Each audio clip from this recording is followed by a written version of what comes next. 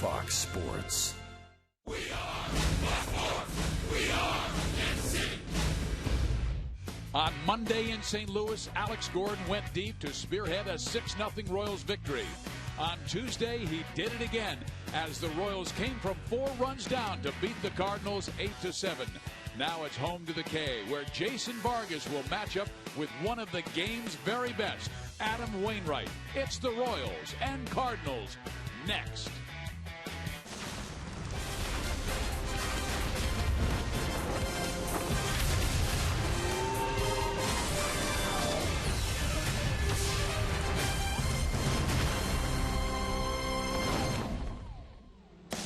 Royals baseball is presented by Academy Sports and Outdoors. Tonight from Kauffman Stadium in Kansas City, it's the I-70 Series with the St. Louis Cardinals and the Kansas City Royals. Hi, everybody. I'm Steve Physiak. The Royal Bats seem to heat up in St. Louis after scoring only 2 runs their final 2 games in Toronto. KC scored 14 runs in 2 games against a good St. Louis pitching staff, and one of the reasons was they came through in the clutch, as the Royals were 9 for 18 with runners in scoring position. They had 7 extra base hits. Their team batting average was .306, and what a pitching matchup we have for you tonight, as Jason Vargas will throw for KC, his record 5-2. Adam Wainwright, who's one of the very best pitchers in the game, has had only 2 bad starts this year, and one of them came in his last start when he gave up 7 runs to the San Francisco Giants. Joining me tonight is Rex Hudler. And Rex, I wanted to ask you, what makes both of those guys so special? Keeping hitters off balance, changing speeds. They both have equalizer pitches for that. Wainwright, the big curve, Vargas, the changeup. And if they're on top of their games, there's not going to be a lot of scoring. Pitching is the main ingredient you got to have. And for Vargas, in his 4 home starts here this past 4, he's given up 7 home runs. It's because he hasn't been able to locate that changeup. But if he keeps it right there, could be trouble for the Redbirds. Now, for the Royals offense, they're facing one of the best pitchers in baseball. His signature pitch is his big curve. That's what he uses to keep hitters off balance. However, both pitchers have to be able to establish a fastball to get those 2 pitches working. It's the battle of the Show Me State. The I-70 Series comes to Kansas City. When we come back, Joel Goldberg will talk about the importance of power in the game of baseball.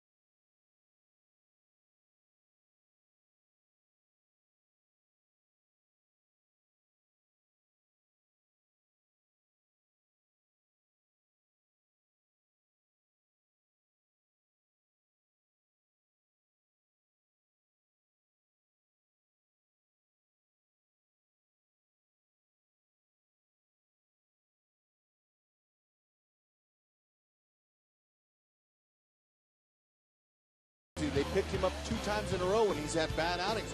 And the late runs they're getting are helping stay away from taxing the bullpen. So it's been really fun to see the home run ball. That power must take on one of the best pitchers in baseball. Warming up now, Adam Wainwright in the Cardinals bullpen. We'll be right back.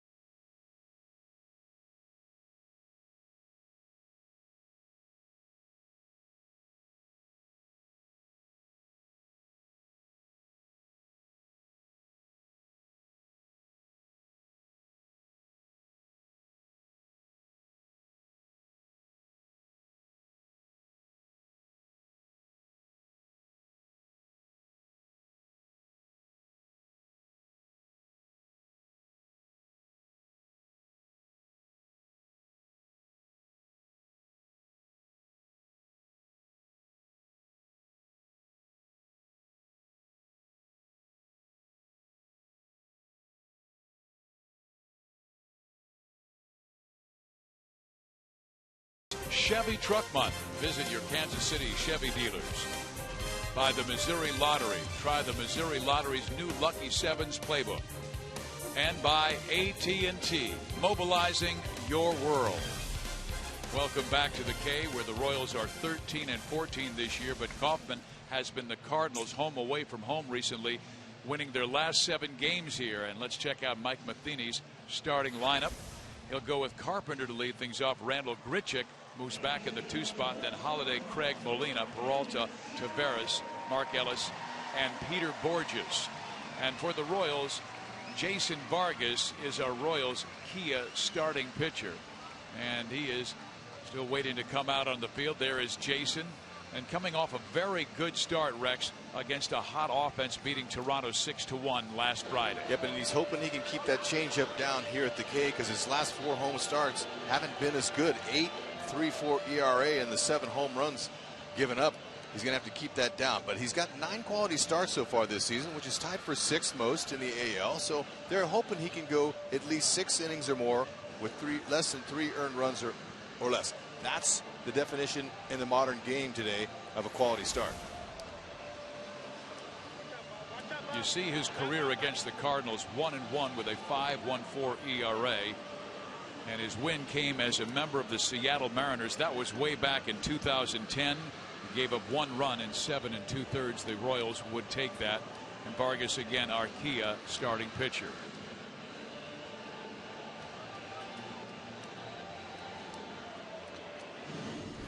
Our forward around the horn defense, we highlighted Lorenzo Cain getting his 2nd start in right field. He's got plenty of arm for that. He's got a couple of outfield assists from center field this year. And to go along with Dyson and Gordon, they got some pretty good arms. Dyson has 2 outfield assists, Gordon with 4. This is an A outfield lineup. Aoki is getting the night off. He's just hit 195 in his last 9 games, so they're giving him the night off. Trip Gibson will be behind home plate. The crew chief, Dale Scott, is at first base. Iasonia at 2nd. And C.B. Bucknor is at 3rd base. But the Cardinals, Rex, have had trouble against lefties. They're only 5-9 this year, hitting .224 with 5 home runs. And we saw what Danny Duffy did against them in the opener with 6 dazzling innings. Yep, and it all depends on Vargas's location of his changeup. That's his good pitch. However, Salvador Perez told me before the game today that he's got to be able to pitch inside and knock those guys off the plate to set up that changeup. He's got a nice little breaking ball that he'll use occasionally too, but mainly it's his hard fastball, and then he'll work at 4-seam and he'll 2-seam that as well, but it's the changeup and curve that he'll use to keep him off of that fastball. Carpenter's batting average down almost 20 points from last year's .313 with 11 home runs and 78 RBIs last year.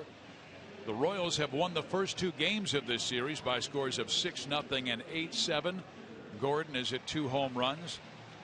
Excellent pitching, we told you, in game 1 by Danny Duffy and the bullpen. And yesterday it was the pen, particularly Davis and Holland, to finish off an 8-7 victory. Vargas gets strike 1.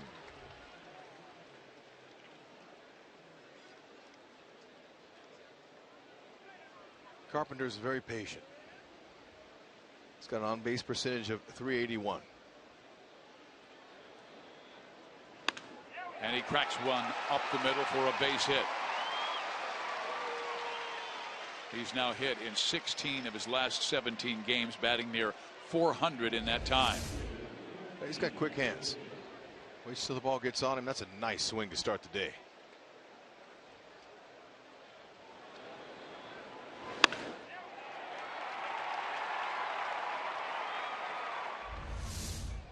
Yesterday, the Cardinals loaded the bases against James Shields, and then Yadier Molina hit into a 6-4-3 inning-ending double play. But in the second inning, they got a grand slam from Colton Wong. Now Randall Grichuk in there playing left field. He got the start in game 1, was up 4 times and struck out 3. Former first-round draft choice of the Angels.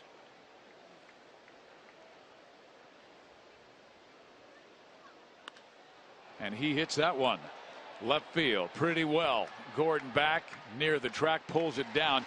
Tagging as Carpenter goes to second, and he will make it safely. Grichuk was able to get that ball deep enough, and Carpenter read it, went back and tagged. So he got him over. That's all you wanted to do there. Gordon always ready and very accurate. Carpenter too quick. And now he stays out of double play, and Matt Holliday will be the batter. And he's always tough with runners in scoring position. .344 this year.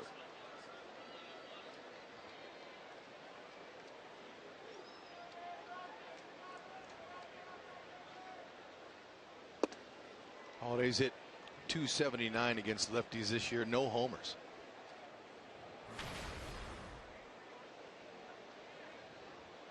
Matt 2 for 6 in this series with 3 walks.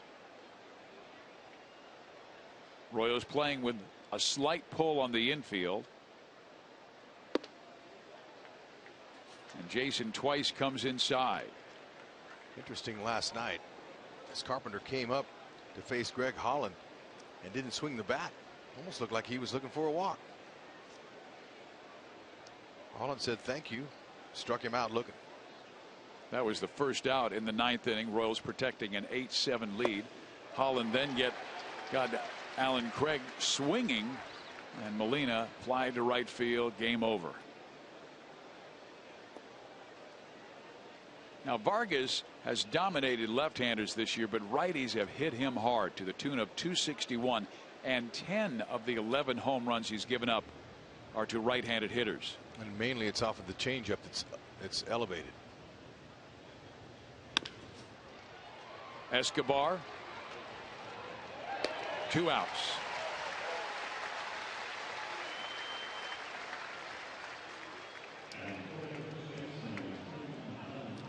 Escobar has really dazzled in this series defensively, particularly starting double plays with Omar Infante to Hosmer. Yep. And Vargas has induced 4 ground ball double plays this year.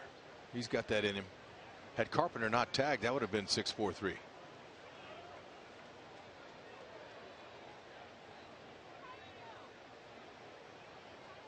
Now Alan Craig, who seems to own the Royals in this ballpark in his career, hitting .481 at the K. Off the plate, ball one. He's hit .292 with a couple home runs against lefties. He had that sensational year last year, really broke out. .315 average, 13 home runs, 97 driven in, so tough in the clutch. And they handed him a very great contract in the offseason. Jason comes inside and misses. Ball one, ball two.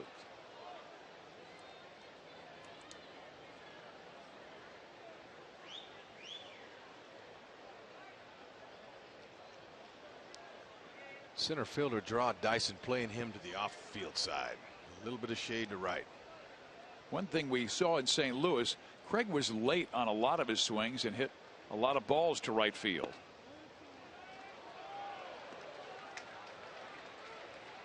But Vargas has fallen behind, 3 balls and no strikes, and Jason definitely a command pitcher. 21 walks this year, and so many of those have been by design. It's usually the toughest hitters in the lineup.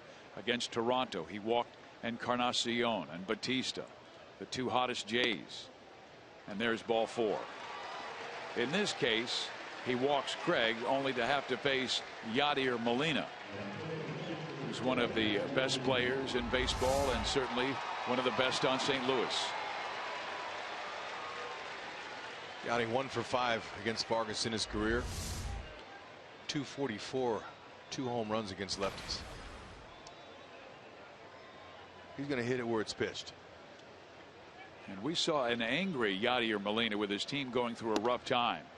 He was slamming his helmet down. The Cardinals have lost 6 of their last 7, and they've been outscored 44-22 in that time.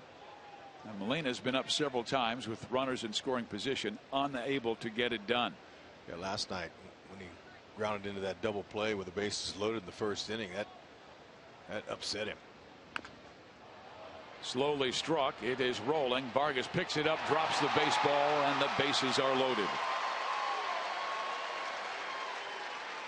So just like last night, Cardinals load him up in their first. Swing and bunt. Vargas might have had a shot at him, but you never know from that angle. If he'd have thrown that away, that might have scored 2 runs. So that could be a blessing in disguise if he can get Peralta. So Carpenter at third, Craig now at second, Molina at first, and Peralta, who had 2 doubles yesterday, looks like he's breaking out of that slide he had been in. Still, he only has 6 hits in his last 30 at bats, but 2 well struck doubles yesterday, and he pulls this one foul, strike 1. Johnny leads the club in home runs with 9. Mike Matheny, he needs some offense. The Cardinals are 5th in batting, but 10th in runs scored and last in the National League in home runs with only 32. Make sure to keep it down on Peralta.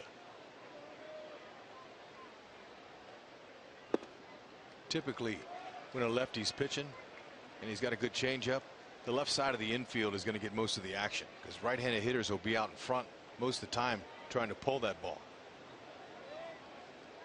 A good approach against Vargas is to think the other way.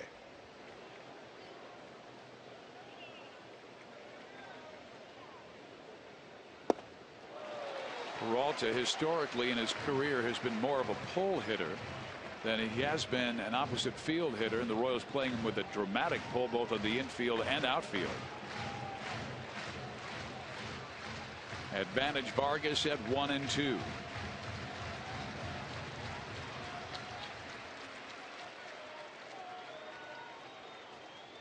Looking for a strikeout. Rolls it back to Jason, who backhands, underhands to Eric Hosmer, and for the 2nd straight night, the Royals get out of a bases loaded jam in the first inning, and Ponte to lead it off.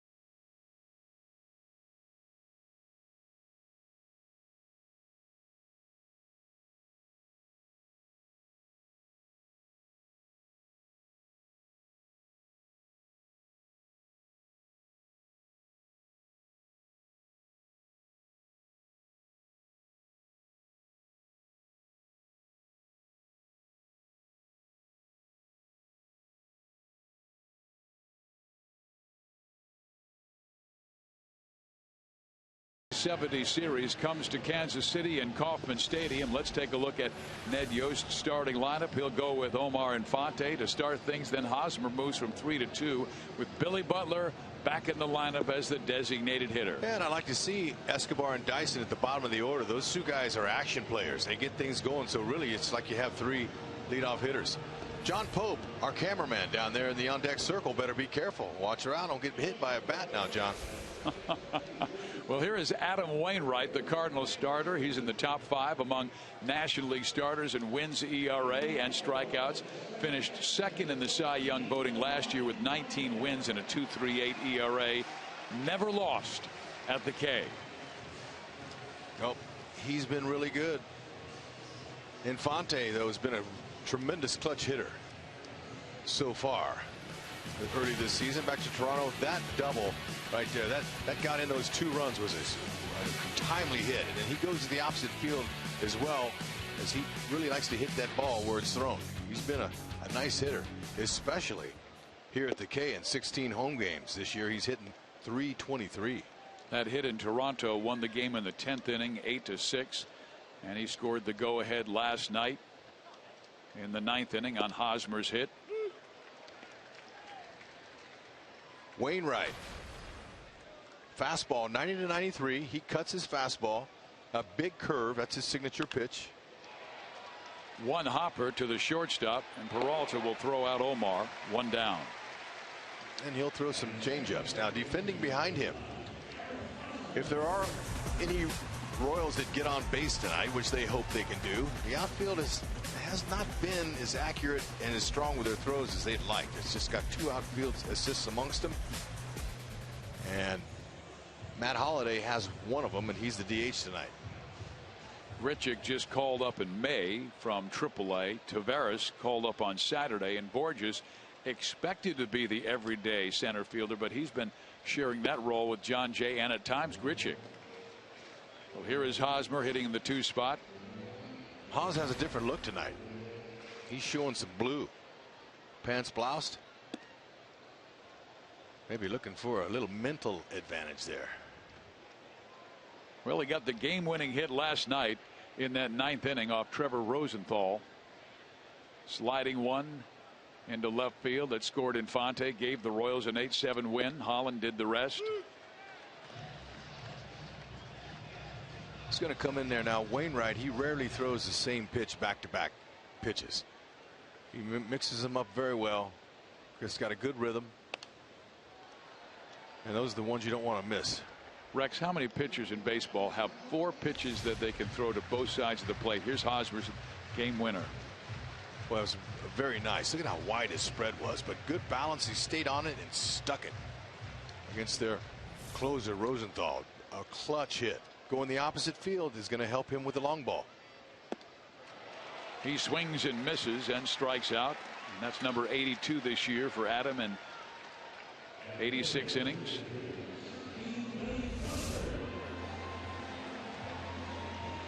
It's a straight drop. They call it 12-6 on the clock. It comes straight down. Phantom Cam will show you when it comes out letter high, it's going to end up being down in the zone.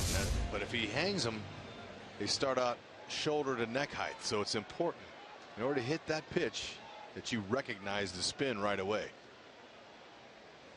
Billy Butler glad to get back in there where he can get 4 to 5 at bats.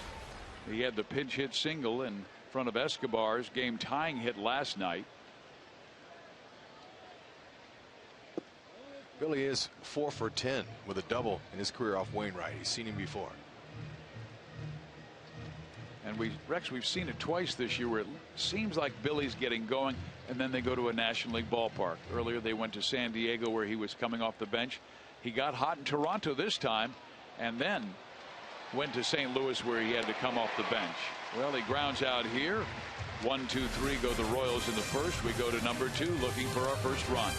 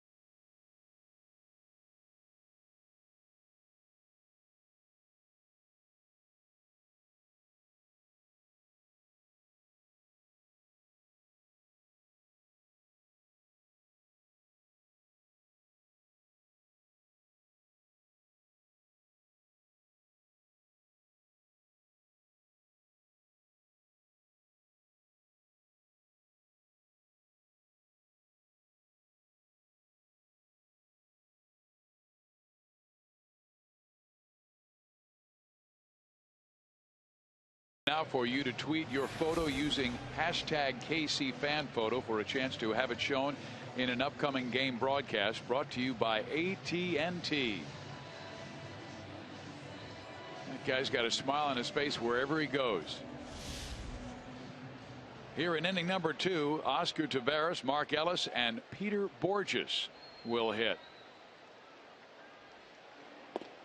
Taveras, their top prospect. He's only 21 years of age. In his second big league at bat, he hit a home run. Hit 7 down in the minor leagues with 40 RBIs. Vargas teasing him away, but no bite from Oscar.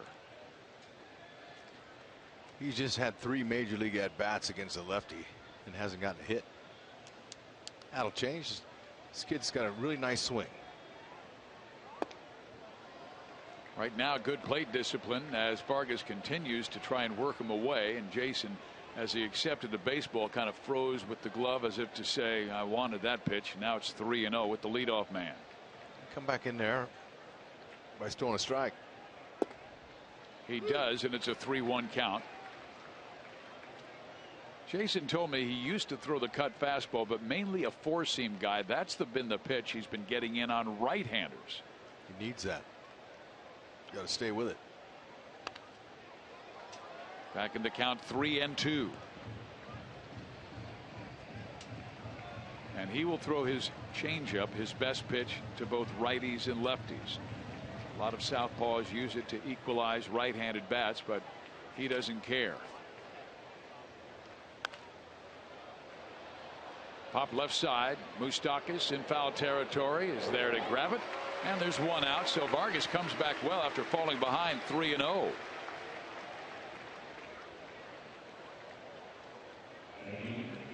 Royals fans, show your school pride as University Days are back at the K. On select dates this year, fans of K-State, Wichita State, KU, Missouri, and Nebraska can purchase a special ticket package that includes a ticket to the game and limited edition KC cap sporting your favorite school, colors, and logo, all at a discounted price.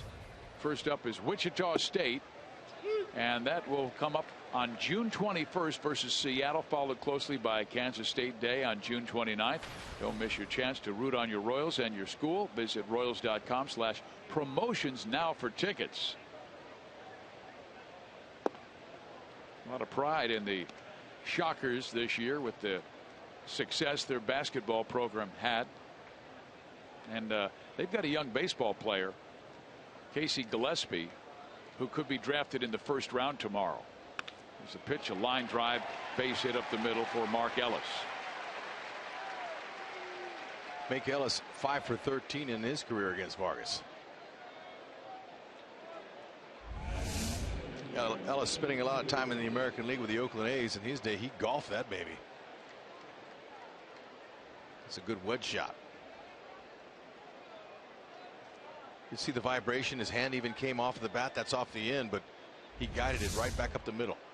And Mark, a former Kansas City draft choice. We told you the draft is tomorrow, and the Royals have a very favorable situation. They've got 4 of the top 56 picks. They'll pick 2 in the first round, 17 and 28, 40 and 56. And Dayton Moore was talking about that before the ball game, whether they'll select high school or college. And right now, selecting 17, it's a gamble on who they'll get. Oh, absolutely. It's not an exact science, that draft, but wish them luck. Hopefully they can find the next Mike Trout. Here is Peter Borges. Came over from the Angels in the offseason, part of that David Freese deal.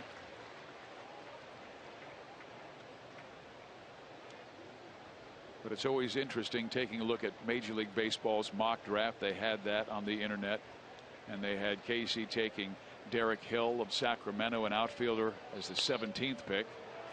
And 28th selection, they had him taking Cody Medeiros, a left-handed pitcher out of high school in Hawaii. Borges will be tough to double up. He runs extremely well. Speedy outfielder. Vargas more of a fly ball guy. But did get 2 ground outs in the first. In there, strike 3 call. Vargas painting the outside corner.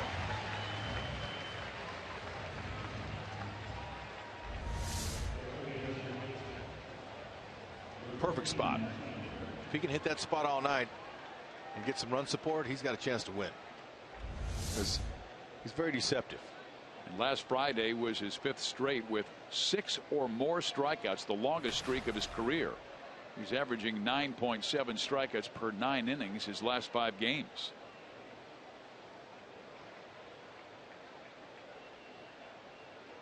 And Jason will tell you, I'm not a strikeout guy. The 36 he had in the month of May, the most of any month in his career. He said, I'm a pitch to contact guy. And that's why he really liked pitching in the confines of Kauffman Stadium. Big ballpark, spacious outfield, fast outfielders like Dyson, Kane, and Gordon tonight.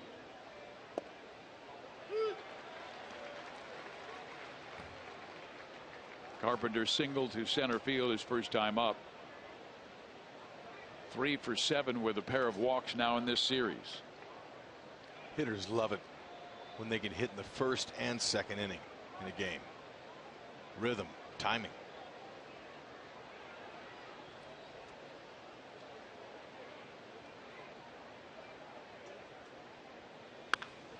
That is roped down the line, foul.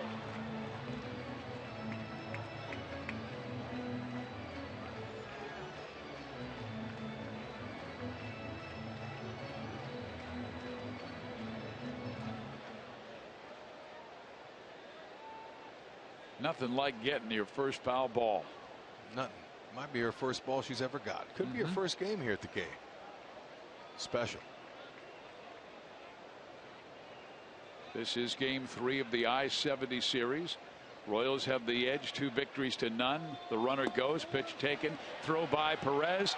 He got it on the third base side of the bag, so Escobar had to backhand and bring it back, and that is stolen base number 3 for Mark Ellis. And he got that on the takeaway. Super jump. He went on first movement of Vargas. Escobar with a nice pickup.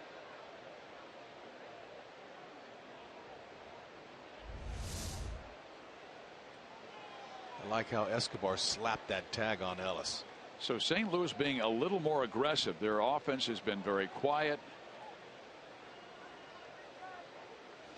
They were shut out by the Royals in game 1. They went through a stretch where in 4 games they only scored 6 runs, and then they scored 7 last night and lost. So they had Carpenter tag up, go to second, and a fly ball to left in the first inning. Now they steal a base in the second inning. Neither team was that aggressive in St. Louis. Kansas City leads the American League in stolen bases and didn't even attempt in the 2 games. Carpenter pulls it foul. Rex, I would imagine Matt is extremely difficult to pitch to. I mean, he's a hands hitter, and he makes adjustments so well from fastball to off-speed pitch. He's a dangerous hitter. He's not going to surprise you with much power, but they're counting on him to hit it where it's pitched. Quick hands. You've seen him on defense. Starts a couple of double plays in the first 2 games of the series. Hands is all it's about as a hitter. Up the middle, base hit.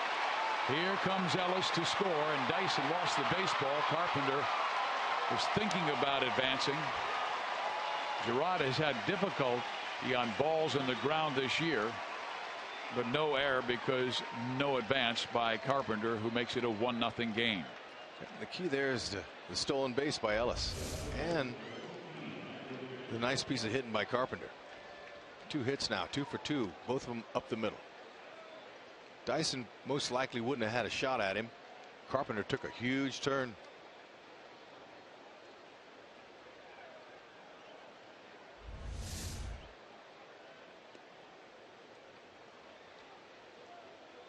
Vargas knows he has to keep it close with Wainwright on the hill for St. Louis.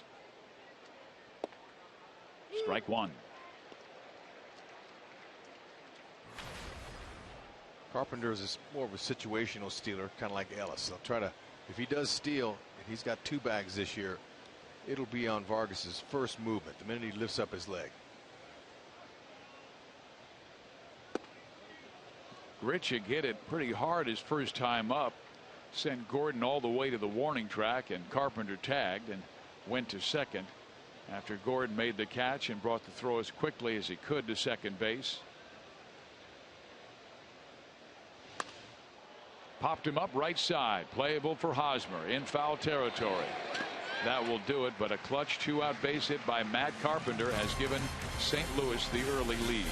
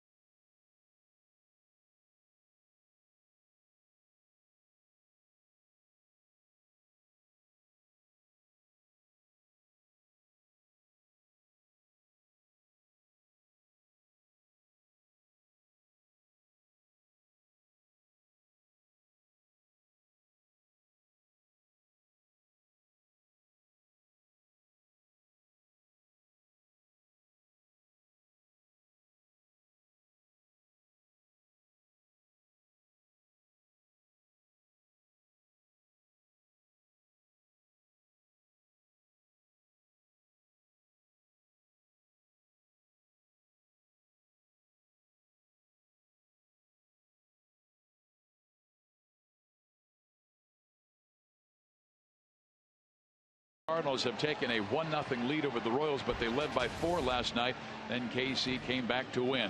Well, with the Sprint family plan, everyone gets unlimited talk, text, and 1 gigabyte of data for as low as $25 a month per line while on the Sprint network. The more people added, up to 10 total, the lower your rate. Now, our Sprint family question of the day is, who's the only player to appear in 500 or more games for both the Royals and Cardinals? Text A, B, C, or D to 432-432. Beltran, Porter, Gaetti, Smith. What's your guess, Hud? I know Beltran has a ton of games with Kansas City, but I don't know if he hung on that long. I'm going to go with C. Darryl Porter. All right. He caught for both teams. Matt Carpenter drove in the only run. Now Adam Wainwright will pitch to Alex Gordon, who was very hot on the road trip. Alex had 3 home runs, 7 RBIs, but also 5 walks on the road trip. So he is swinging at his pitch, and Wainwright has fallen behind. 4 for 8 versus Wainwright with a triple, a couple of walks.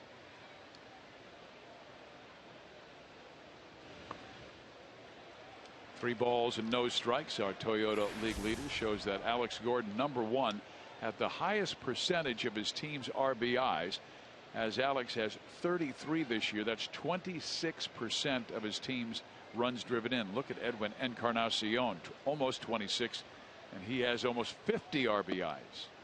How about George? How about Springer? He's only been there a month. That guy is an incredible player. We saw him last homestand, and he tore apart the Royals pitching staff.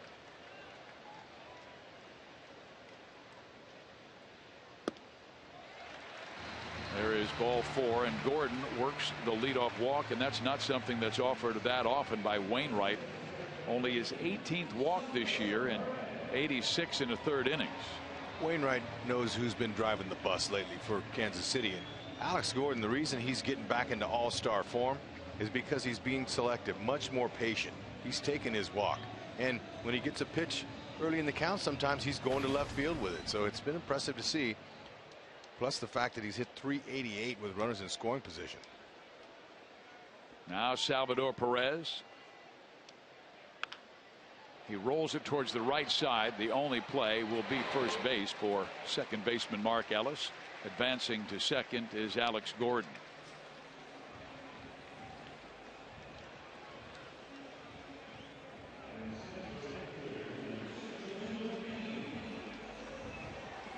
Just a reminder, as you enjoy a cold one, to look forward to Miller Time later in today's game, brought to you by Miller Lite.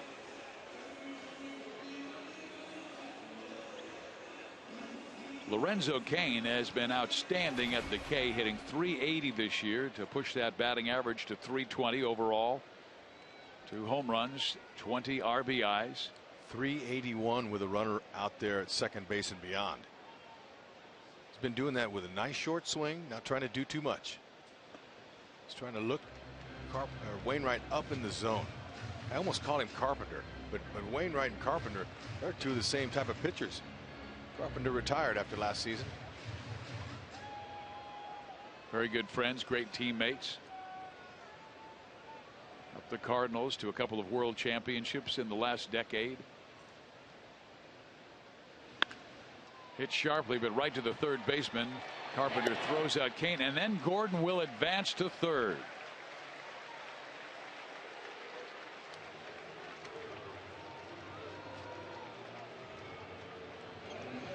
One of the most impressive stats about Wainwright this year is his .198 average against. So not very many guys are hitting him. That's 5th in the National League.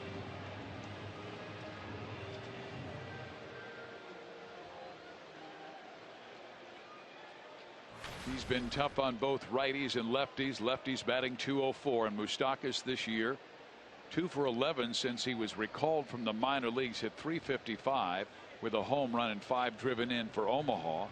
And then when Danny Valencia was injured, well, Moose was called back, and his double started the rally yesterday in the 5th inning when the Royals scored 6 times to erase a 4-0 deficit. A double Moose hit in last night's game gave him 14 extra base hits, and a lot of those have been money hits. So that's a lot of extra base hits for a guy hitting just .154. Gordon started the rally with a walk. He's advanced to third on 2 groundouts, one by Perez and one by Cain.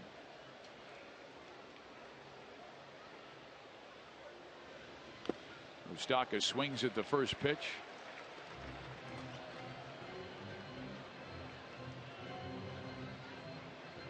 We told you Wainwright, coming off his worst start of the year, gave up 7 runs in 4 2/3 innings, and he said he didn't even want to address it. He said it's just one of those you wad up and throw in the garbage. That was not me, he said.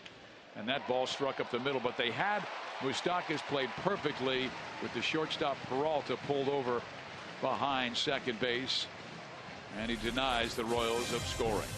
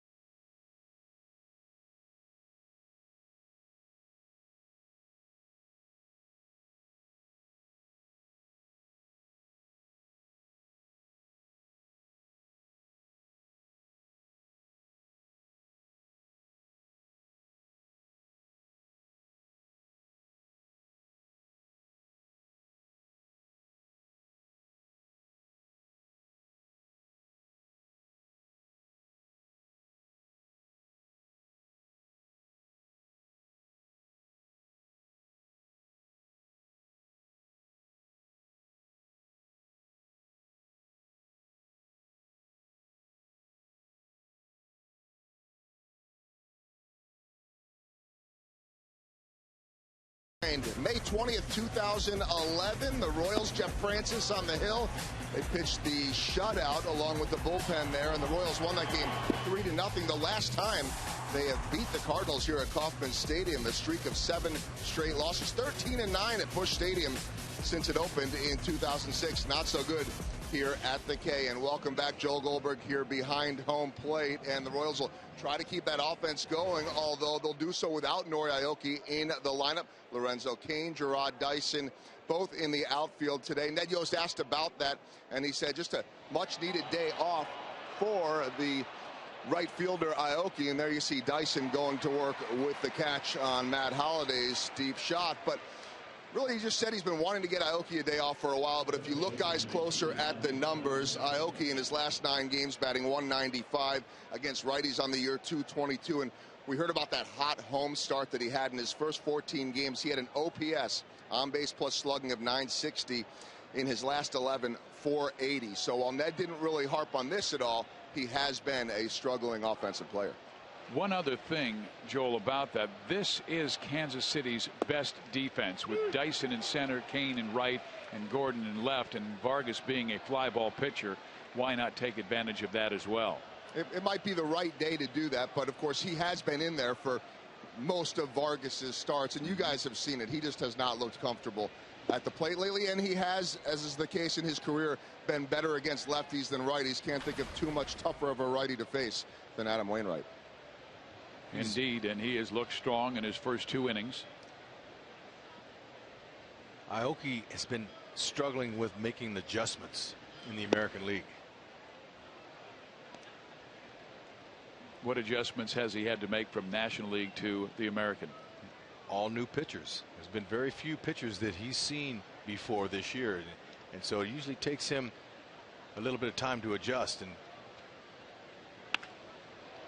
Alan Craig skies one deep to left center field. Dyson races back and pulls it down in front of the Sprint Framley plan.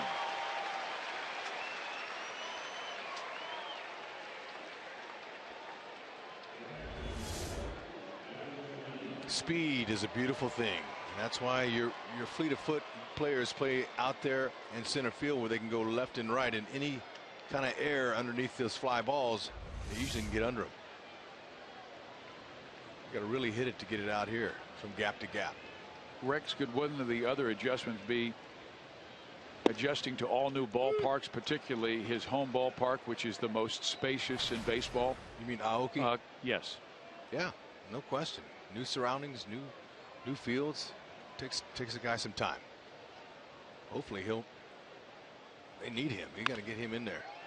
Molina singles up the middle. He's 2 for 2. His first 2 hits of this series. He's now 2 for 10.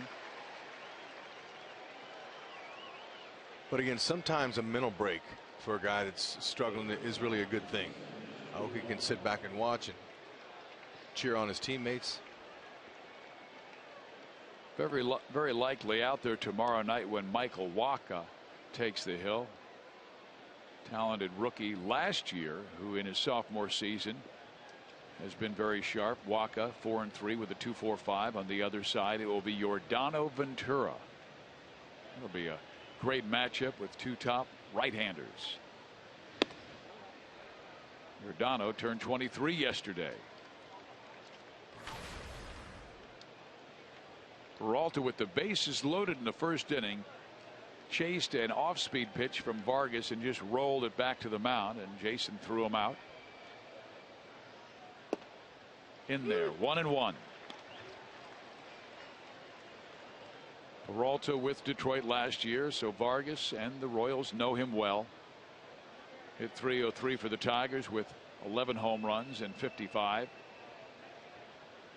Signed to a multi-year deal. Does not have the range of past Cardinal shortstops, but a lot of offense.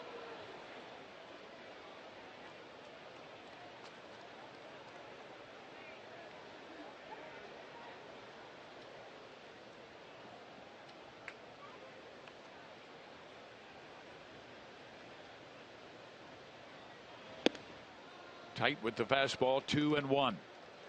Cardinals scored their run in the second on a single by Ellis. He stole second base, and Carpenter knocked him in with 2 out.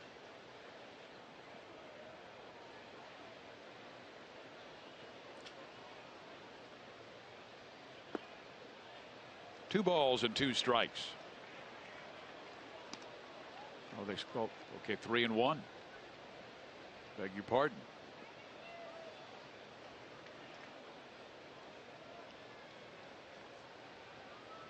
Hitter's looking fastball. Vargas will probably throw his changeup. He went with his fastball. He might reach 90. But he's very effective. 87 to 90. Because he has such good command. And he said that's why he throws that 4-seamer in rather than the cut fastball. And he got Peralta off balance. Pops it up left side. Gordon hauls off Dyson and peels in front of him. Makes the catch. No runs, 1 hit. We head to the bottom of the 3rd. 1-0 St. Louis.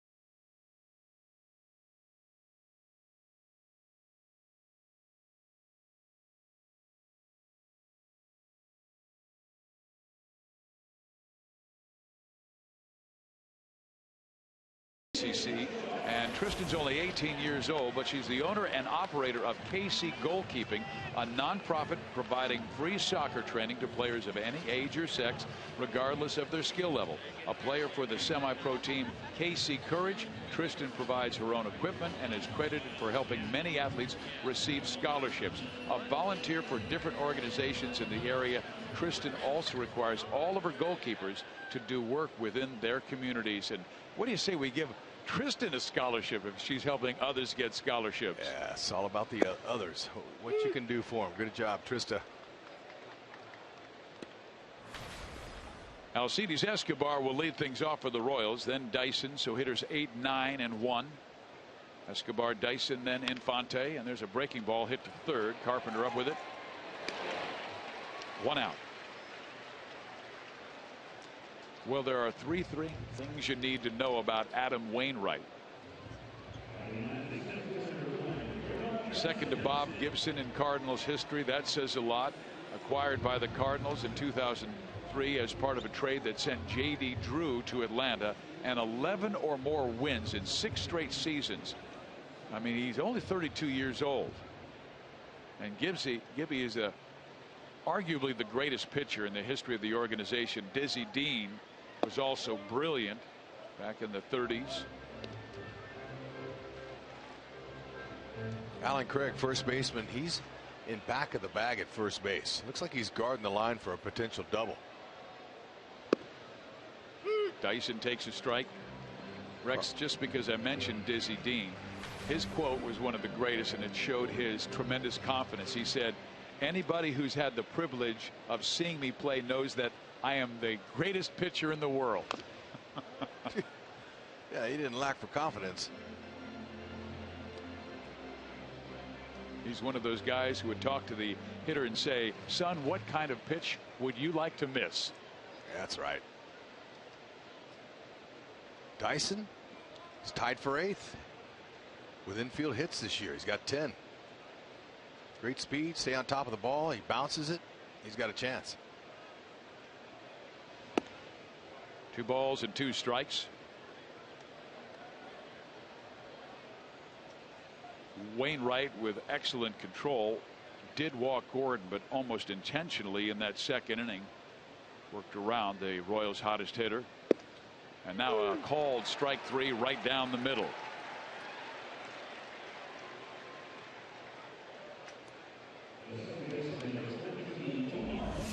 He's got him thinking about that curveball. See how he separates the hand from the glove right over the rubber. And then he moves forward, stays in front side down. Right over the top.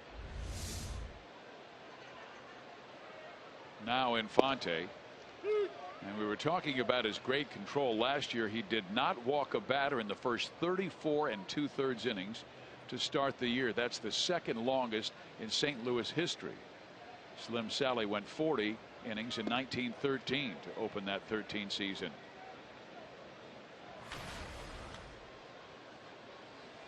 Infante grounded out to short his first time up.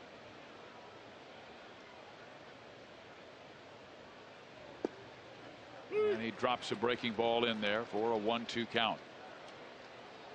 Dale Swaim, new Cardinals hitting coach, or excuse me, Royals hitting coach, he told me before the game that he's got a great curveball, but we can't give him that much credit. You can't just psych yourself out. You're facing a guy with a big bender. That one is rolled towards the first base side, then curls foul. They'll try it again at 1-2. The key on that curveball is to pick it up out of his hand, and when it starts way up, like I said, around your head and neck area, that's going to be the one to hit.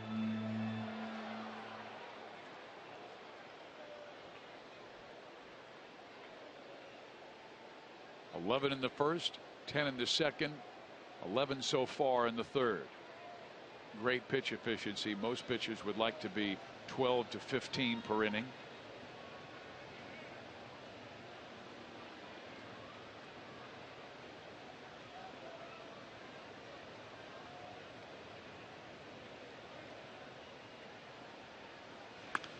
Infante pops it into shallow right center. Borges, a very good defender, there to make the catch, and a quick and comfortable third inning for Adam Wainwright.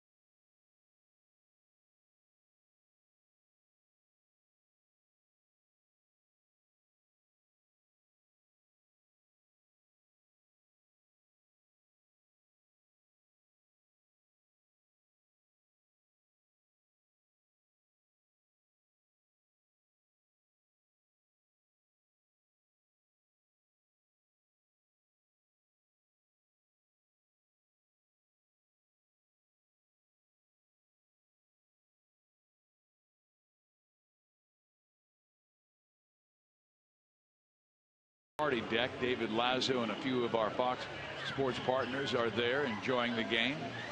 Game 3 of the I-70 series. Royals won games 1 and 2, 6-0 and 8-7. And Jason Vargas, he knows he has to keep the St. Louis offense quiet because Wainwright's on the hill throwing a gem. And the Cardinals currently lead 1-0 on Carpenter's base hit in the second that plated Mark Ellis. Oscar Taveras will bat for the second time. He popped up to third his first time up after being ahead in the count 3-0. Vargas has been taxed quite more than Wainwright. You just saw the number of pitches that he has thrown, and it seemed like Wainwright's thrown half that many.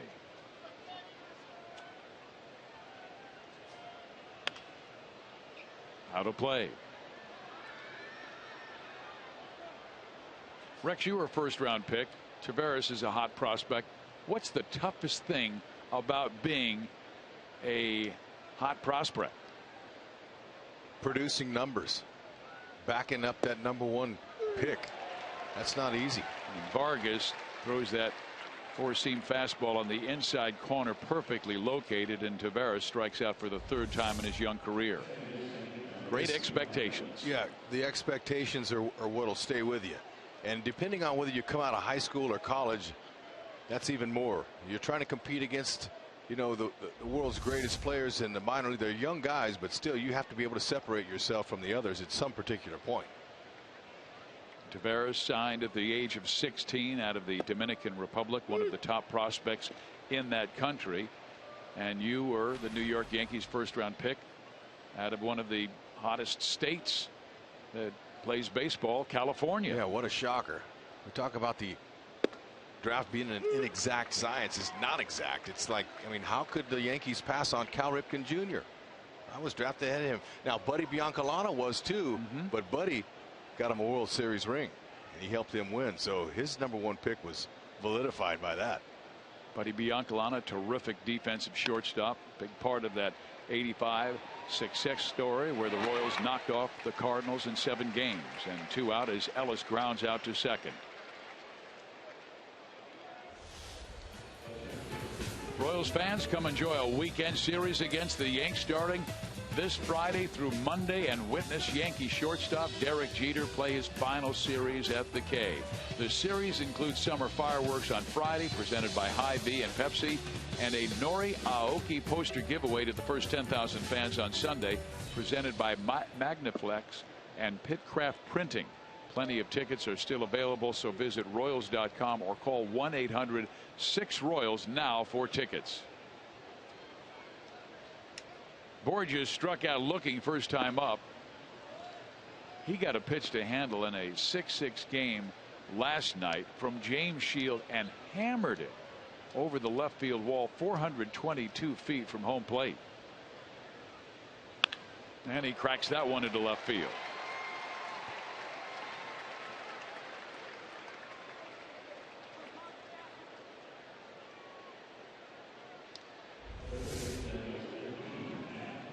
Right over the middle. Short, easy swing. Compact. 3 for 3 in steals this year. He'll be looking to go.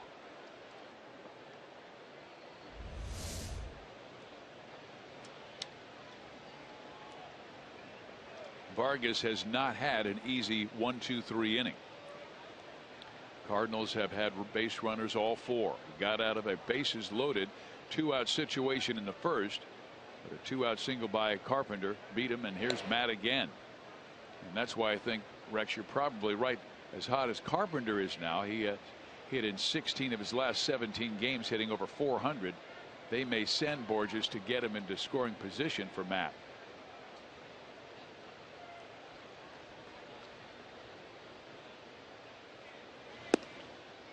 What say you, Joe Goldberg? Cat and mouse game here, guys. Vargas and Borges were teammates last year, and a lot of speed between these two center fielders, Dyson and Borges, 2 of the faster guys in the game. Now, I knew this would get his blood boiling a little bit. I said to Gerard Dyson today in the clubhouse, now who's faster? And he had to look like he was ready to kill me at that point. I said, just kidding, I know. But he said that Borges, the first look he got at him when he was with the Angels, he said, that kid's really good. He's fast, but I'm faster. Then he looked up and he said, now the guy up on the video right now, and they were watching Wainwright video, and Billy Hamilton was up there. And I said, Billy faster than you? He goes, no, I got him too. Borges did agree that Dyson is faster. He said maybe Dyson, D. Gordon, and Hamilton will be the 3. I wonder where they'd rank with Lou Brock or Willie Wilson. I don't know, but I had a chance to see Willie McGee yesterday, and I asked Gerard Dyson before the game. I said, man, Dice, where were you? I wanted to introduce you to Willie McGee. Willie was one heck of a ball player, and he had some speed. Towards right field, that ball will drop. Racing for third, Borges. Kane brings it to second, and Carpenter is 3 for 3.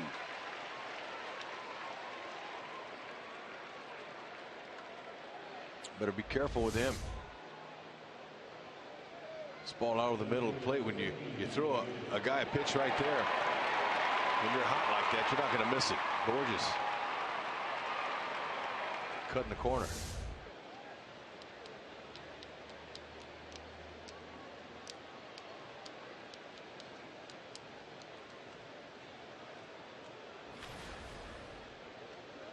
Will the Cardinals run with Grichuk at the plate? Vargas had picked off 7 runners in 2012 and 13, 1 this year. Grichuk takes strike 1. And Jason beginning to mix in that curveball. Yeah, that's going to be a pitch he's going to use. He brings it in from the outer half.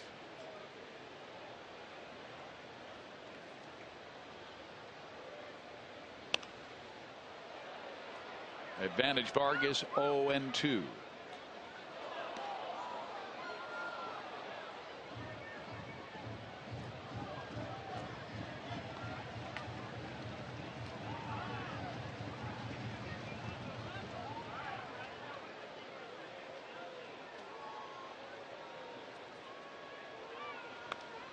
Well, he gave him a pretty good pitch to take a hack at, and he missed it, fouled it straight back.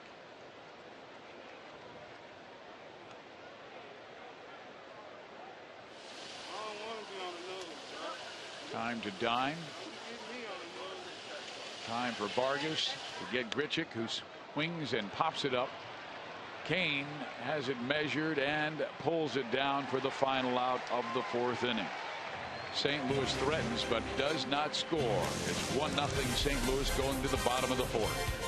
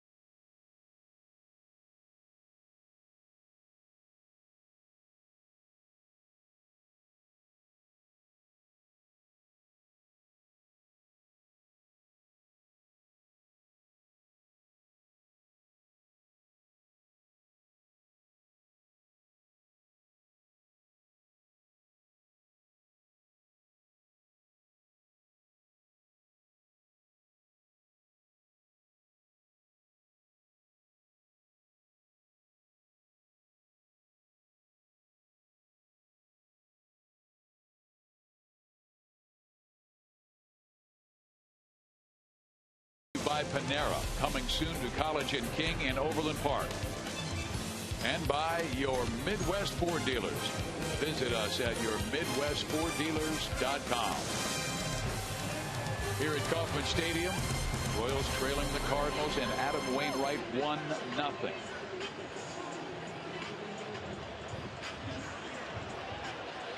Good crowd on hand. Red and blue dotted throughout Kauffman Stadium this evening.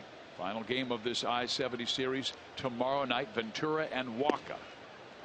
We hope to see fans pack this place. That will be an outstanding pitching matchup between two of the top young right-handers in the major leagues. Ventura for Kansas City, who just turned 23 yesterday, and Michael Waka. Wainwright has had control of Eric Hosmer. He struck him out swinging first time up, going after Eric very quickly, down 0-2.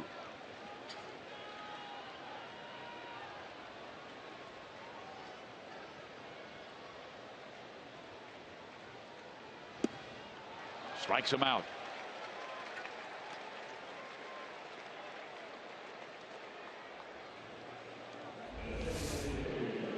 That's his cutter. After last season,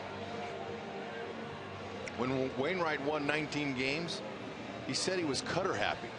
He was throwing his cutter too much. You know, I mean, 19-game winners, they don't come around very often.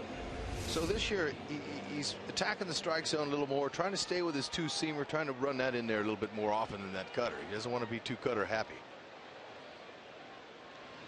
And also, he's developed a little different windup. At times he'll alter his windup with his hands. He'll bring them all the way up over his head sometimes. Sometimes he'll just come up halfway, realizing that the hitters are timing him, kind of disrupt him.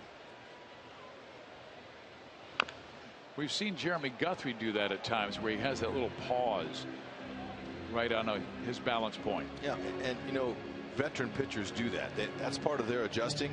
But when you're young, coming into the league, you're just trying to get established. You just want to go in and what you got. But then after you've been around for 4, 5, 6, 7 years, and then the league starts seeing you a little bit more. You start becoming more creative.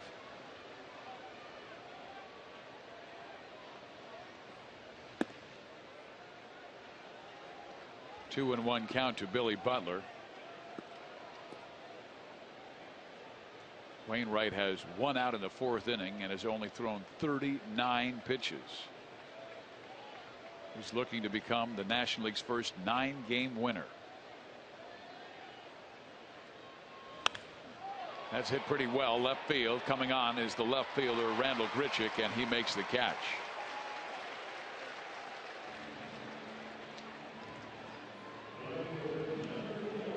Somebody's got to find a way to get on base. Gordon is the only man, and he walked. But Wainwright right now, 3 2/3 no-hit baseball.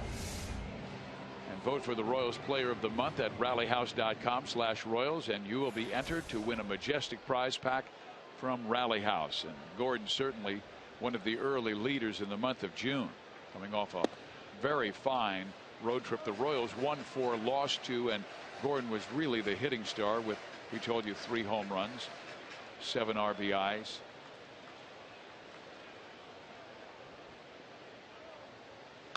One ball, one strike.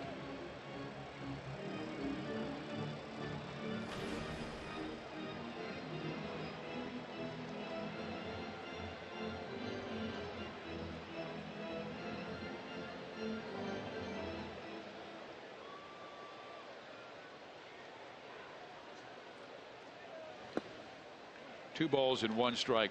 Ned Yost said something interesting before the ball game, Rex. He said that the Royals have the fewest strikeouts in the American League, and that's not necessarily a good thing. Yeah, because they're swinging at pitchers' pitches a lot, making contact. They're off balance and hitting some weak ground balls, some pop-ups. But against Wainwright, they're going to have to hunt that fastball. No question. Early in the count, whenever it's coming, just try to focus on your pitch up in the zone. And you can recognize those curves. It's a good one, but you can see it when it comes right out of his hand. Easier one to hit's the straight fastball. Inside corner, strike 3 called. 2 Ks in the inning. Wainwright no-hit baseball through 4. Great spot.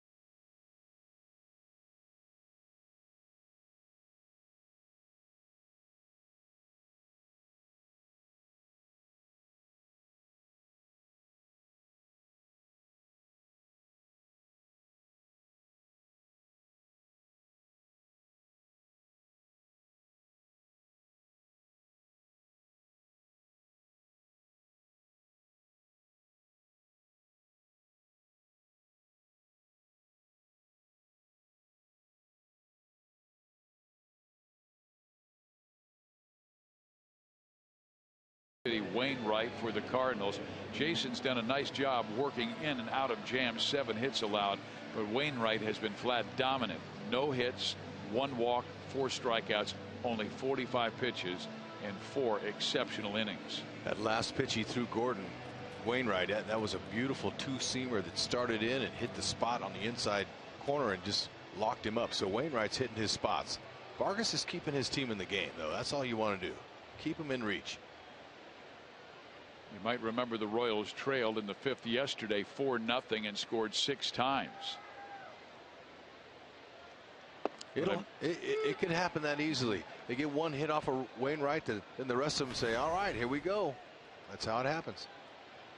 Although Jaime Garcia did not have the kind of command that Wainwright has shown thus far. Here is Matt Holliday, flied out to deep center field, his last time up.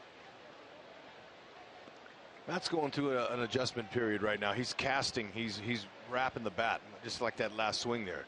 Matheny would like to see him stay inside the ball and use the big part of the field. And as strong as he is, 410 doesn't hold him here at the K. He's a very strong guy, but he's trying to pull his way out of it. Vargas will take care of him, and Holliday is 0 for 3. Come celebrate the tradition of baseball with the Royals on Father-Daughter Day this Sunday when the Royals face off against the Yanks. And as part of this special ticket package, you'll receive a limited edition Royals hat and a commemorative framed photo. Don't miss your chance to spend the day at the K. The ones you love most, visit Royals.com/family for tickets. Way to go. Hope to see you out here. Craig the batter. He struck the ball well his first time up and does it again. And Kane has to go to right center to make the catch for the second out. Dyson had to take an extra base hit away from Craig his last time up. Now Kane with a nice running catch. Yep, great route. He takes great first steps.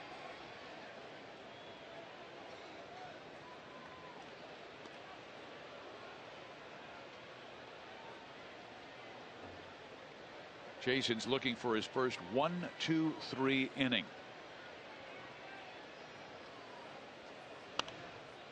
He had that opportunity when he faced Molina in the 3rd after Holliday and Craig both flied out. Molina, though, singled up the middle before Peralta popped up.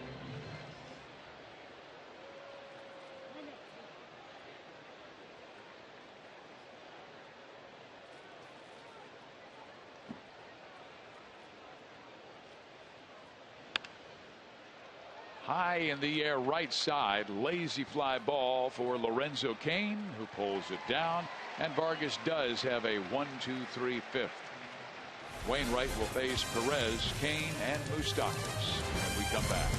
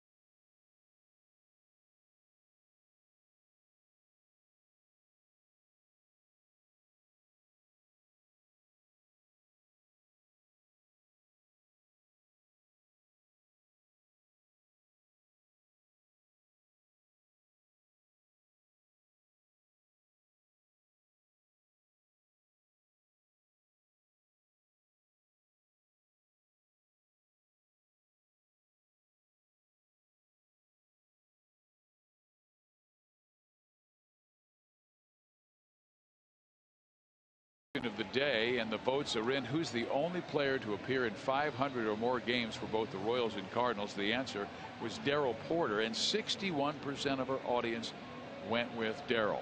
That's right, and they're correct. 555 games with the Royals, 537 with the Cardinals. Adam Wainwright, meantime, 4 innings of work, no hits, 4 strikeouts. He's back on the hill to face Salvador Perez, Lorenzo Cain, and Mike Moustakas. He just has a nice rhythm and a good confidence about him. His body language exudes it. He's coming right at him. But that's that fastball there. Salvi swung at the first one he saw. He grounded out first appearance, so he's not going to swing at the first one now.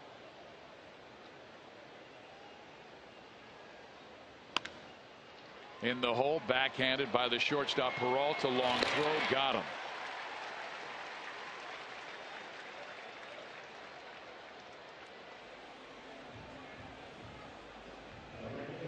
We told you about Wainwright's last start, 7 runs allowed to the San Francisco Giants in only 4 2/3.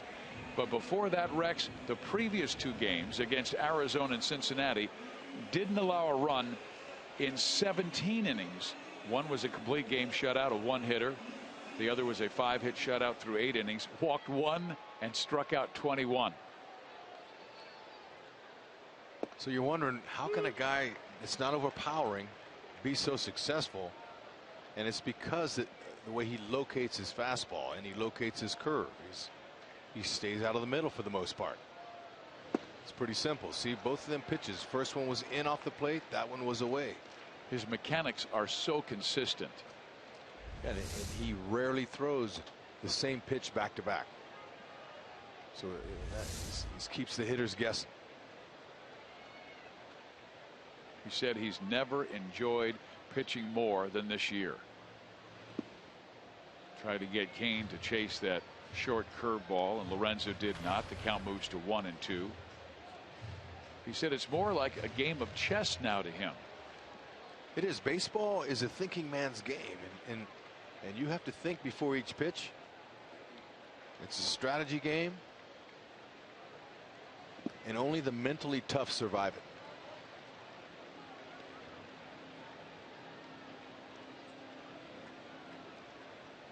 That would make him the reverse Dizzy Dean.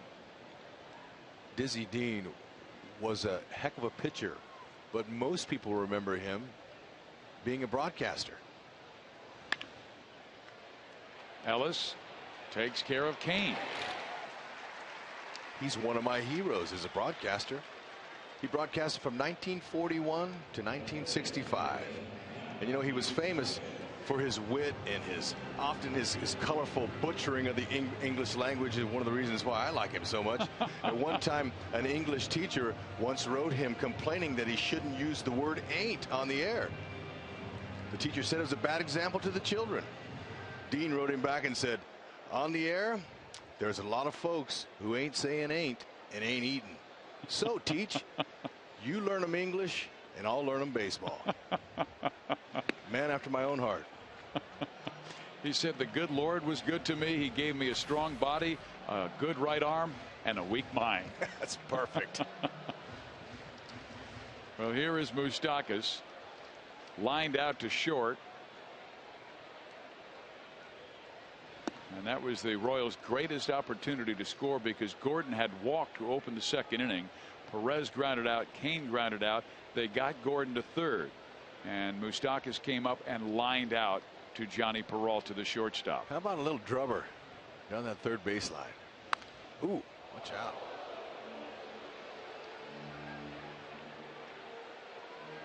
Moose is looking for a ball middle in, obviously. Well, they are designed to see him pull the baseball with 3 infielders in the right side and 1 on the left. Look at the room he has if the ball is away, and he goes that way. If Moose ever wants to get his average up this year, he's going to have to go to left field. Well, he's playing Pepper against the Royals screen covering their dugout.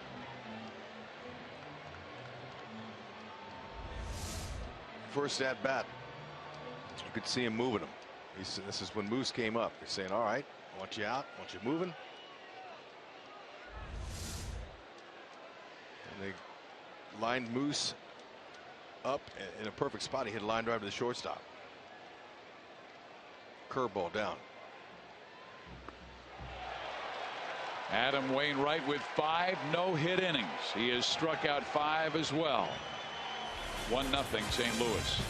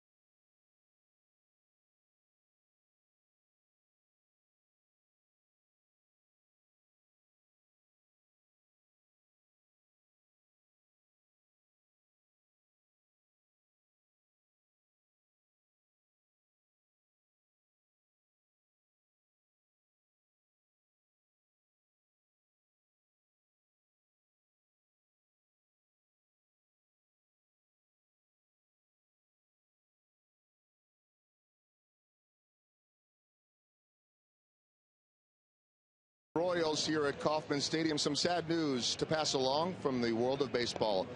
Legendary manager and former player and coach Don Zimmer passing away tonight peacefully, his son said, at 83 years old. And this is a guy that had been in the game, guys, for 66 years. Signed by the Dodgers in 1949 in the draft, was a teammate of Jackie Robinson's. Played 12 seasons for the Dodgers, Cubs, Mets, Rangers, and Senators. Was an all-star in 1961, infield and outfield. Wore the uniform of 9 different major league clubs and had been an advisor for the Rays since 2004. He managed the Padres, the Red Sox, the Rangers, the Cubs, an .885 and .858 record. A couple of quotes I saw from the Tampa Bay Times. Derek Jeter saying, "The true definition of baseball." Jim Leland called him a legend. And everyone will miss the very famous and legendary Don Zimmer, most affectionately known as Popeye. Thank you very much, Joel. And we also remember Don Zimmer for his absolute love of the game. 66 years in the game. And Rex, my memory of Zim is when he was coaching for Joe Madden and the Rays, and we were there to broadcast a game, and I come in and Zim's in his office and he waves me in, but he's listening to a ball game. And I said, "Don, is this a big game? Are you scouting an opponent?" And he goes, "No, my granddaughter's playing softball and they've got the ball game on the internet. And one of the high school kids is broadcasting, so he's listening to his granddaughter's softball game." He loved the game so much, and he will be missed. Yeah, he told me one time that when I was talking about how many years you had in baseball, and he said, "You know, the game is still fresh." He goes, "I see something every night that I've never seen before coming to a ball game." So if there is such a thing as an expert, Don Zimmer was. Yes. Manager for Boston. We also remember him as the bench coach for Joe Torre in the great Yankee years when they won the 4 championships in the 90s. And that ball stroked to right field, and it will go up against the wall. Oscar Taveras racing to second base will hold there with a double, so Oscar is 1 for 3.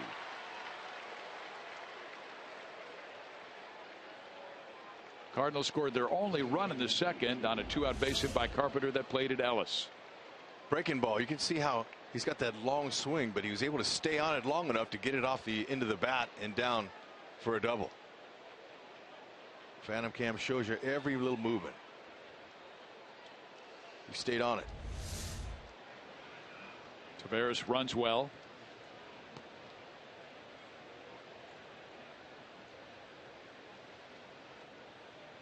Veteran hitter Mark Ellis at the plate. And this guy is a tough out. He singled, stole second, and scored on Carpenter's base hit. Only his 4th hit this year in 29 at bats against lefty pitching. And he's usually been very good against southpaws throughout his career. Had tendonitis in his left knee to start the year. That slowed him down and never has found his offensive rhythm. Fouls that one. And did he hit Bort? It just missed him. I wasn't sure if it skipped off his back. It just missed him. You could see him timing him on the on deck. Oh, got his helmet. It did hit him. He beamed him. Ooh. The on deck hitters, they pretend like they're in the batter's box. And they try to time the pitcher just like they will when they get in the batter's box. So it's all about timing. You know, you expect to see that from a lefty hitter hitting it to that side, but a right-hander? He was right there. His front foot was coming down, and then Ellis between the legs. He says, oh, man. I'm trying to do that again. I'm not visualizing getting hit by the pitch. That's a 1 in a million. 1 out, man in scoring position.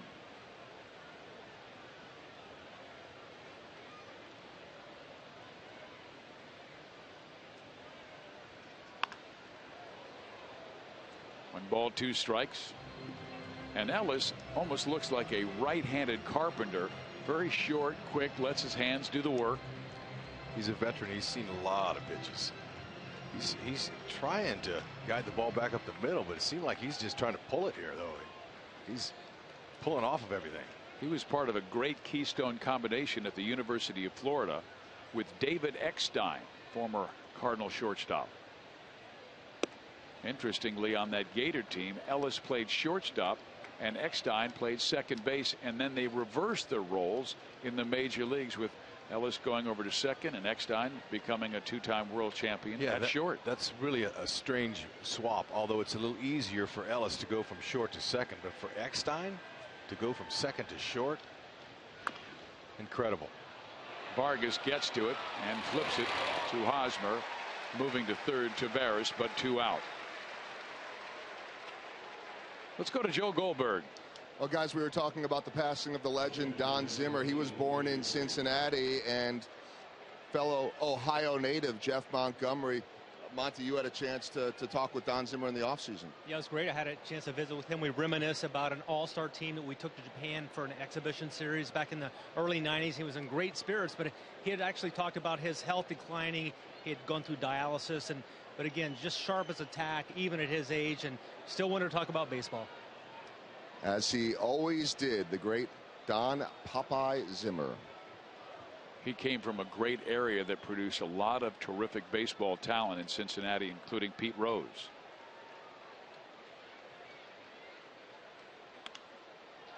Borges hits it in the air, right side, playable for Kane, and Vargas continues to wiggle out of jam after jam through 6 for Jason.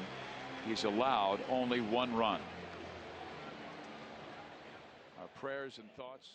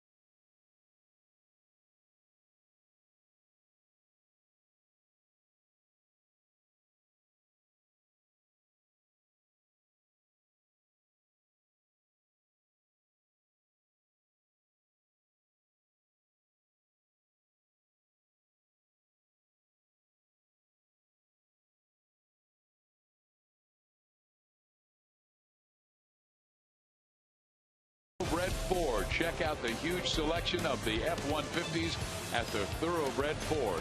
And by Academy Sports and Outdoors. Right stuff, low price, every day. We come to you from Kauffman Stadium. Cardinals lead 1-0 on Carpenter's 2-out base hit in the second. Wainwright, meantime, has no hit the Royals through 5, and Alcides Escobar will lead things off. And of course, the 6th inning is our Sonic Slam inning. Our contestant is Lisa Lynn from Merriam. If the Royals hit a home run in this inning, Lisa will win $2,700. But if the Royals hit a grand slam out of the park, that would be awesome, and Lisa would win $25,000 from Sonic and the Royals.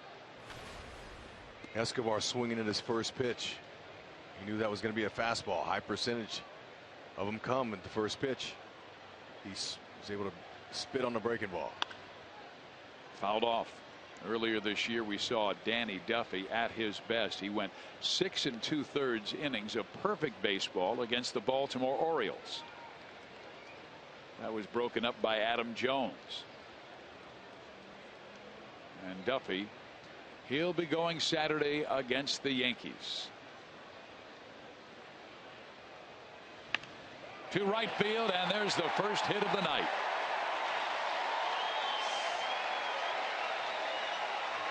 Escobar, he looked locked in from the first swing. He took a swing on that fastball, just missed it. Curveball down, took it, and then he recognized a hanging breaking ball. Now this is a hanger. This is exactly how you hit a hanging breaking ball if you're going to go the opposite way. So the Kansas City Honda dealers bring you the MTP of the game. Most trusted player, brought to you by the most trusted brand, Honda, as he kept his head on it and he went right with it. The only other prettier swing against a big hanger is when you take him deep, but that was a beautiful opposite field stroke. Now will the Royals run Escobar? No, they bunt Dyson instead. I thought they might run Escobar, even though Yadier Molina has thrown out 46% of base stealers. Yeah, that's an option for Ned. He can do that. You can square Dyson around and then pull it back and let him steal the base, or try to. But I think with Yadi's high percentage of throwing runners out, I think Ned's just going to go play by the book here. Just get him over. The challenge with that is Wainwright gets a lot of ground ball outs. Could he get 2? He could put a hit and run on here. There's a couple of different options when you have action players at the bottom of your lineup like Escobar and Dyson. I talked about that at the beginning of the game, how I liked the fact that Escobar and Dyson were down there and they could stir some stuff up. Sure enough, Escobar breaks up his no-hitter.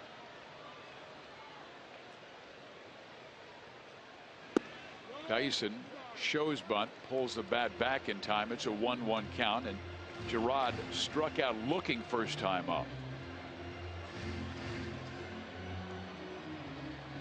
This is no out sacrifice situation. No need to run out of the box. Just go ahead and get the ball down, then run. And Dyson doesn't have to be really perfect either. Carpenter's the one that's way in at third base. Esky goes, the bunt is down, only play will be first. They get Dyson, but Escobar now in scoring position with only 1 out. So most likely Escobar has the green light. So when you see a guy get a jump like that, pull the bunt back. Let him get into scoring position, then bunt him over. That's a good jump by Escobar. He likely would have stolen that base.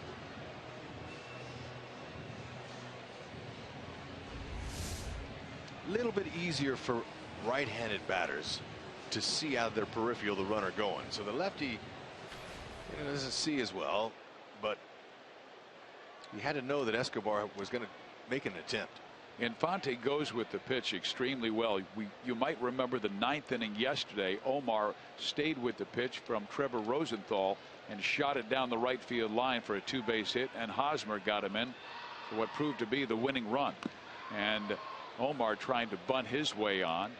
Strike 1. Carpenter was even with the bag at third base.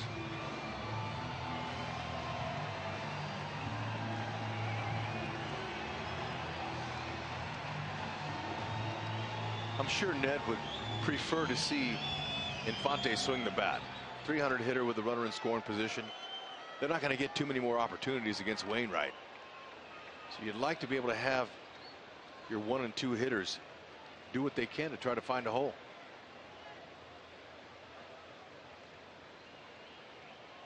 Escobar with the lead. They've got to play on, and Esky gets back in time.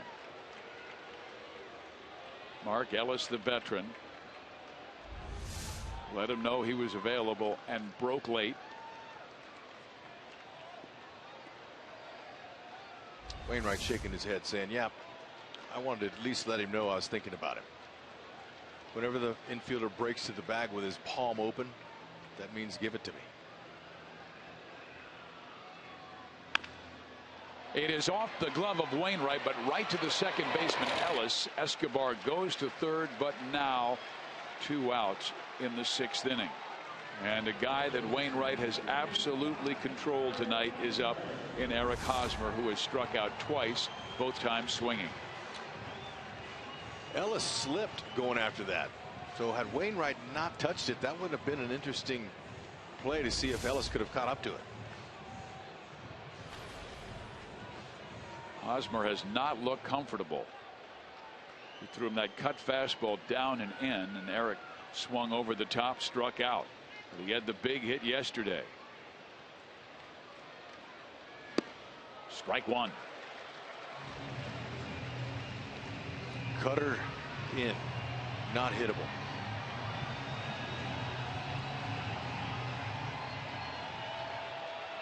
Lefty's only hitting .204 off of him. The Royals twice tonight have gotten guys to third base. Gordon in the 2nd, and now Escobar in the 6th.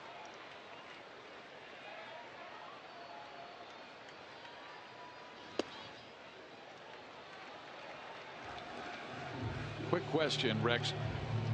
If you're an offensive guy going up against a great pitcher, would you go up to home plate with a 2-strike approach?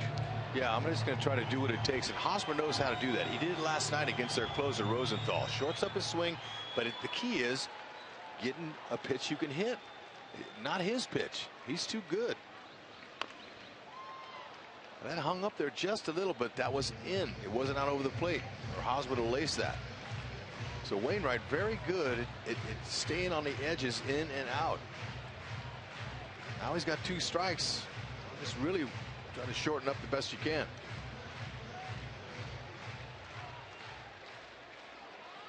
Escobar broke up the no-hitter. Went to 2nd in the sacrifice, 3rd in the ground out. Hosmer down in the count, 1-2.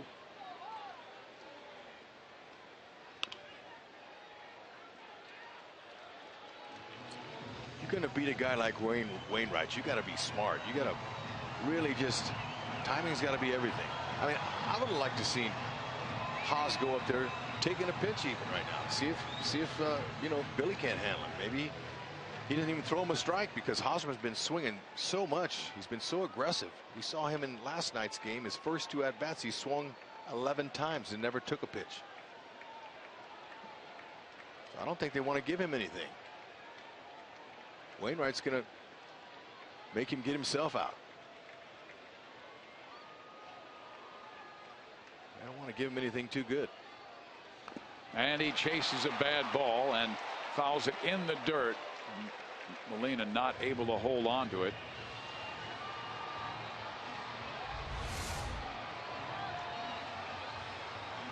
Okay, that's a good 2-strike approach. You see how his stride wasn't that long. He barely just picked up his foot and set it down. That's good.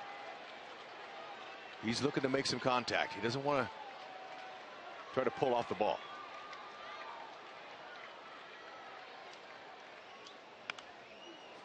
Fought off as he came upstairs. You see Yachty came up out of his crouch before that pitch was thrown. That's exactly where they wanted it. And that's going to set him up for another pitch here. A big curve, most likely. Escobar represents the tying run. Just 90 feet away. Cardinals' only run came in the 2nd. Carpenter got the run in with 2 out.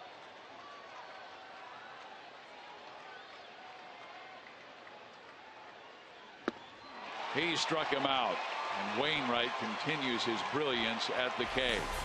He has struck out Hosmer 3 times and has 6 strikeouts on the evening.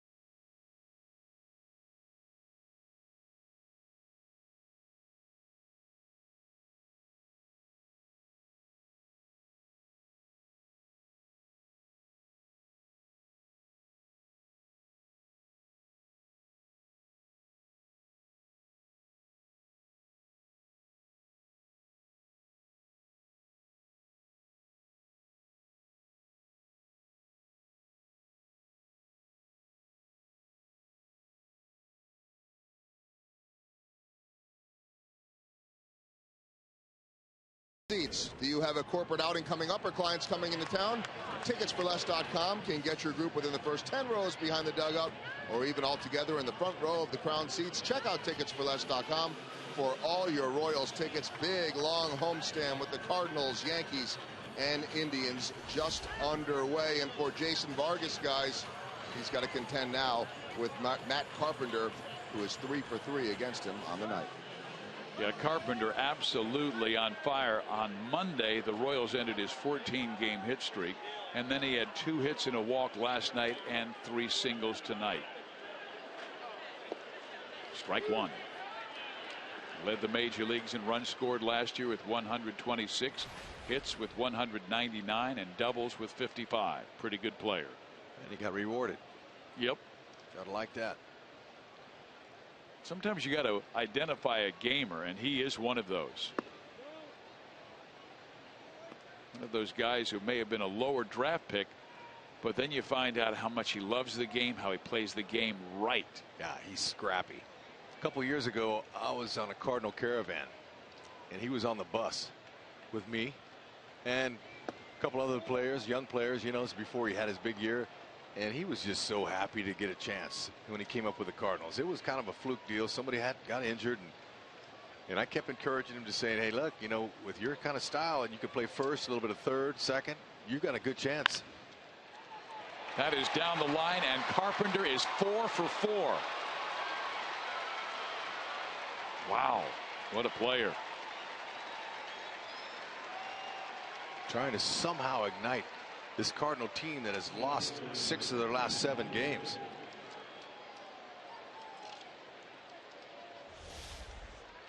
Well, here is Jason Vargas. Does he tire late in games? You see his batting average against, pitches 1 through 7.5, and after 76, opponents batting .302.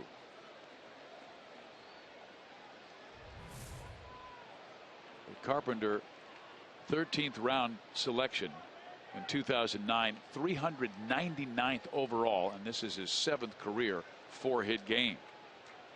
So now Vargas really has to work. Grichuk will try and get him over with the bunt. He gets it down. Vargas has it, goes to third, and he's safe.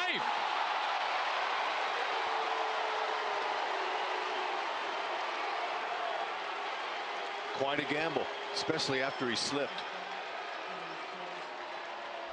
Vargas is thinking third all the way, and he probably would have had him had he not slipped.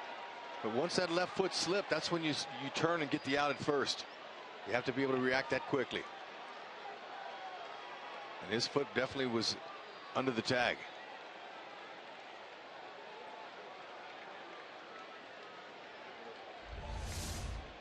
Looking for So a outs. double, a fielder's choice, first and third, nobody out.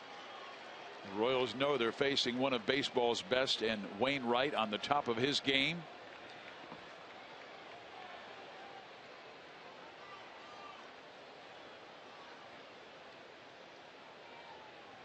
Matt Holliday, the batter, who is 0 for 3, he's grounded out twice and flied out to center.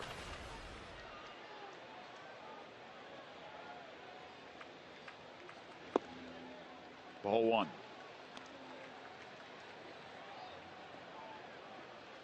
Royals have played very well against the National League this year. They're 6-1 against the senior circuit, against San Diego, Colorado, and the Cardinals. Tap back over the head of Vargas, or they would have had a play at the plate.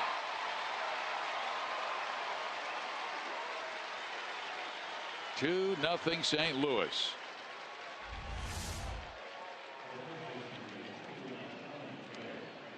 Carpenter was coming on contact.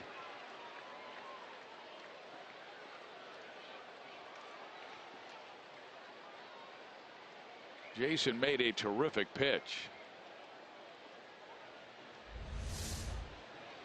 And had he been able to spear that baseball that leaped over his head, I believe he would have gotten Carpenter at the plate. Instead, it went over his head right to Escobar, only play first base. They score a run, and moving into scoring position, Randall Grichuk. Alan Craig's the batter. He's hit the ball sharply last 2 times up. Flying out to deep left center field and flying out to deep right center field.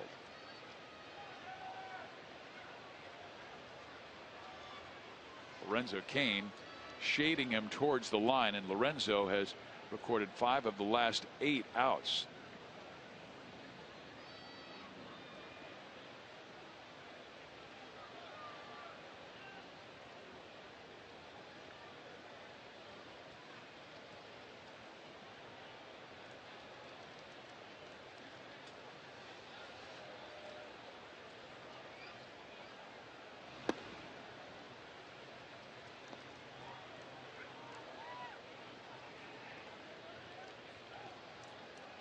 Had a pretty good idea this game was going to be low scoring. Both these guys on top of their games, hitting their spots, upsetting the timing of the hitters.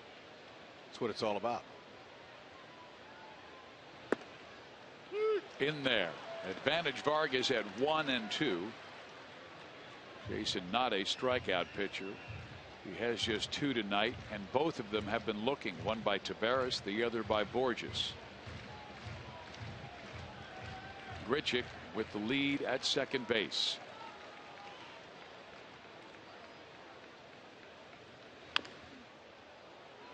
Moustakas. 2 outs.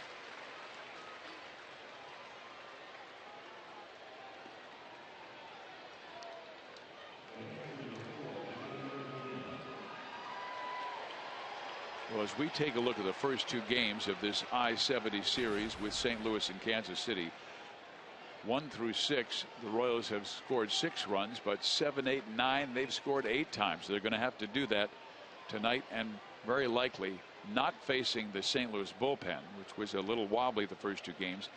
But Wainwright's pitch count is down. He could easily go a complete game. Vargas has pitched very well. Matter of fact, Rex, to both Grichuk, Holliday, and Craig, he made quality pitches where they were barely able to top the baseball. He's keeping his team in the game. He has indeed done that. And Yachty 2 for 3. A swinging bunt his first time up in the first, and a solid single in the third up the middle. Now they're going to put Molina on and face Johnny Peralta. After he got down 2-0, he had to be so precise with his pitches. He said, you know what, let's put him on.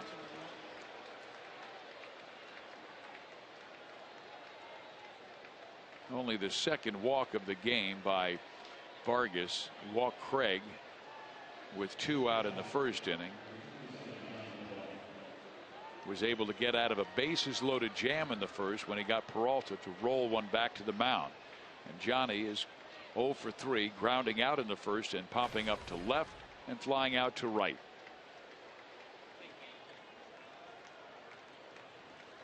Grichuk at third. Molina at first.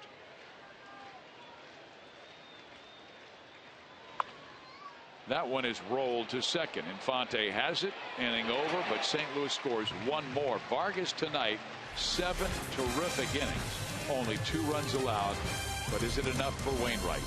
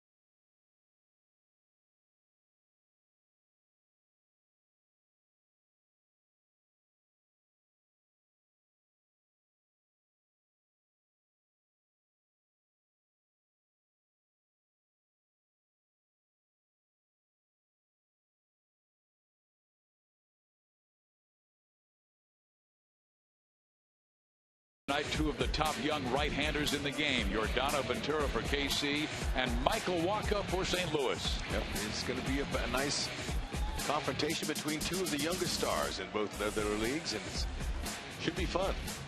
Ventura missed his last start because of just a little bit of inflammation in his right elbow. Michael Wacha, meantime, has been solid. But the problem with Wacha, they say, is every time he pitches, it rains. And I think there's like a 30% chance of rain tomorrow. He's the rain man. Yeah. But both of those young pitchers, they are already in their young careers established their pitches. For Ventura, it's his power fastball, and for Wacha, it's his changeup. Billy Butler will lead things off. Billy has grounded out and lined out. Takes a rip at the first pitch, fouls it off, strike 1.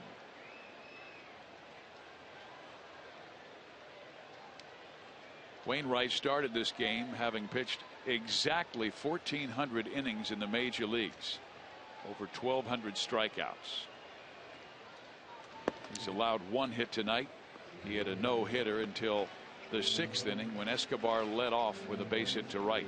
Eventually made third, left stranded. Wainwright, he's no stranger to complete games. He's got 2 complete game shutouts already this year. He had that 1-hit shutout earlier this year. What was his low hit game in his career? 18 complete games overall in his career. May sound like a pretty large number for this day and age, but for back in the day, you were expected to go all night. Backhanded by Johnny Peralta. His throw a little bit high, but coming down in the bag. Alan Craig 1 out. Curveball is Wainwright's signature pitch. We talked about it in the open of our broadcast. It's a beauty, and he uses it in different angles. And it's a very tough pitch to lay off of, especially if you're an over-anxious hitter. Now, Escobar, he pulled that one, but he got a base hit to break up his no-hitter on one of those. But see how the hitters most of the time are off balance. It's a good slow pitch, and when you have that type of downward angle, it's just tough to square up. It's like a Bert Blyleven curveball. Now Alex Gordon, who reached in the second with a walk, takes a first pitch curveball for strike one. This is not like St. Louis and Kansas City. Usually we have fireworks.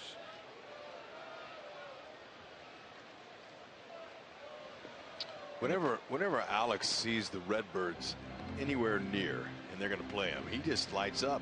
He's hit .356 with 8 homers in 30 games against them, 24 RBIs. And in the previous 44 games played by St. Louis and Kansas City, they've combined to average 12 runs per game.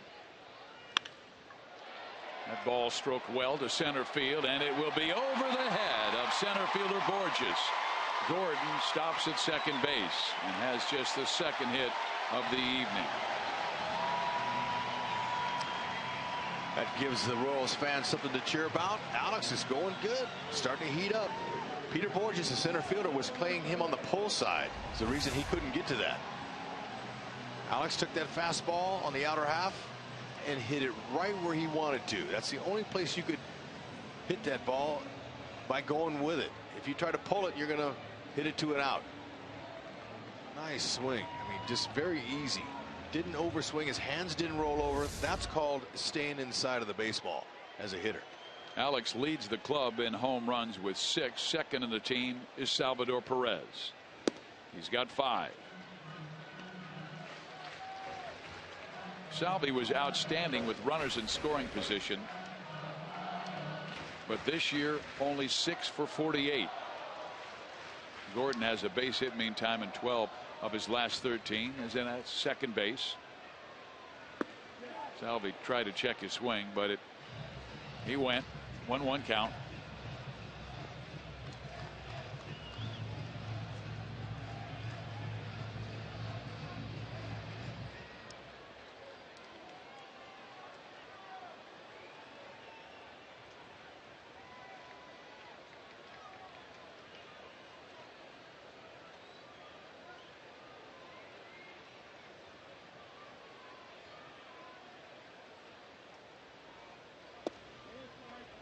Misses low, a 2-1 count. Nice little two-seamer he's teasing him with. Last night, Royals rallied from 4 down to score 6 times in the 5th, 1 in the 8th, and 1 in the 9th to win 8-7.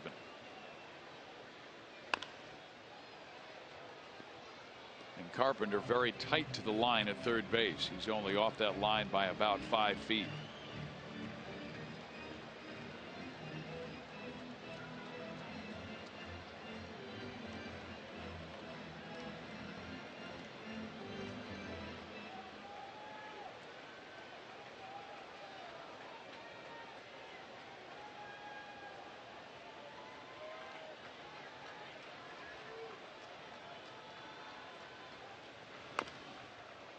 Another good pitch thrown by Wainwright, but fouled off. Yeah, he didn't quite hang that one. That was a little bit down. Salvi in the back of his mind is looking for that hanger. Kelvin Herrera starting to warm for Kansas City in their bullpen. Vargas has gone 7, allowed just 2.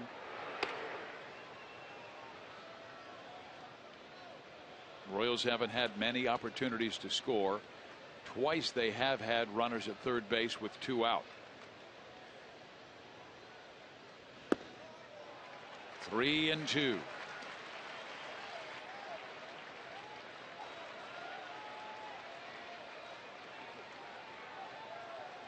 Wainwright has walked only 1, and that was Gordon to open the second inning. Alex eventually made it to third, but Moustakas lined out. Salvi taking his time to get back in that box. He's got to be looking fastball. If he does throw him a 3-2 curve, then you adjust.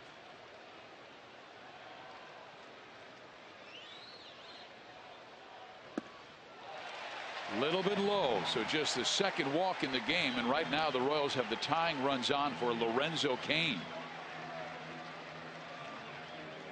Nice plate appearance, being patient.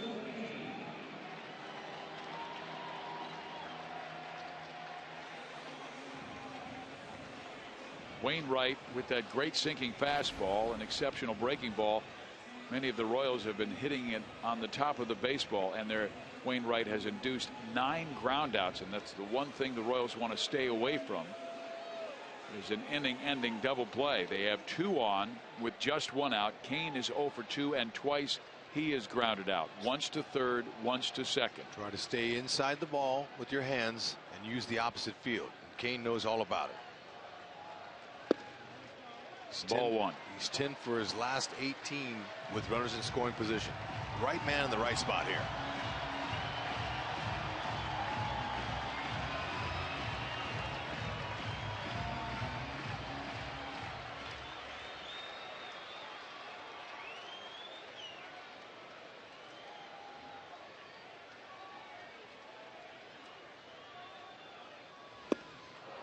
Well, he took a mighty rip. 1 ball, 1 strike. We saw Kane on the road trip in Toronto take a fastball down and in and hammer it out at the Rogers Center in Toronto. Yeah, but you can't hit that ball going away with a swing like that.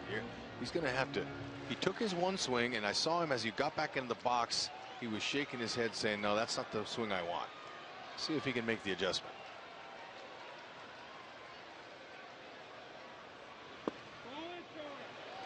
Just a bit low at 2 balls and 1 strike. Wainwright hasn't made many mistakes. Even the pitch to Gordon was a good one, low and away, and Alex with a very good at bat.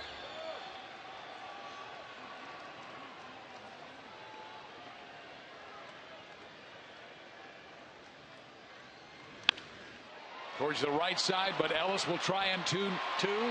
They do not get. Oh, they call Kane out. Oh my! I think Ned's going to come out and challenge this. Had the right approach. Just hit it at him. Too bad.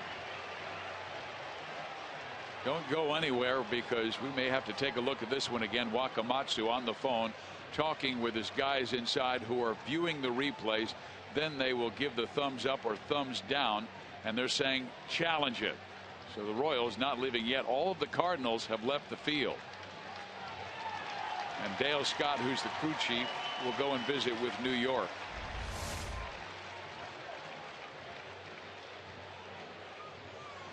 Mighty close.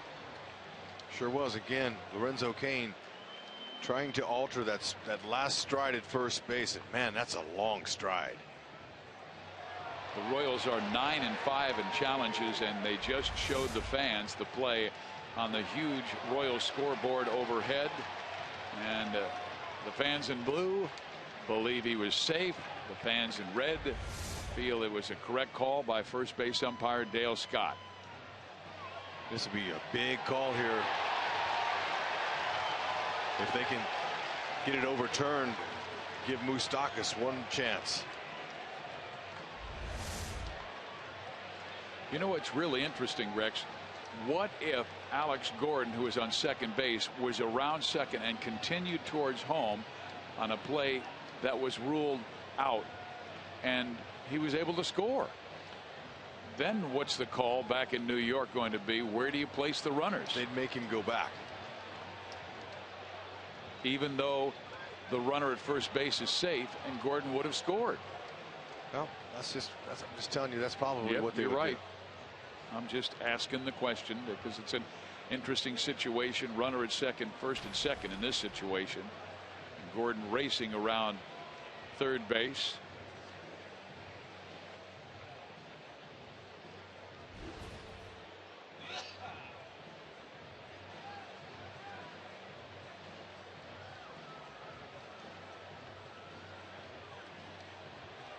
It must be clear and convincing evidence.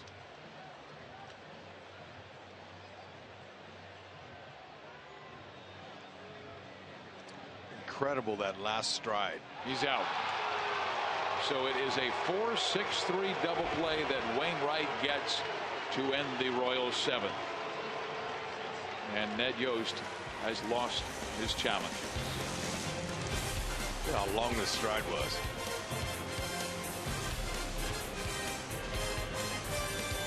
Yeah, passion.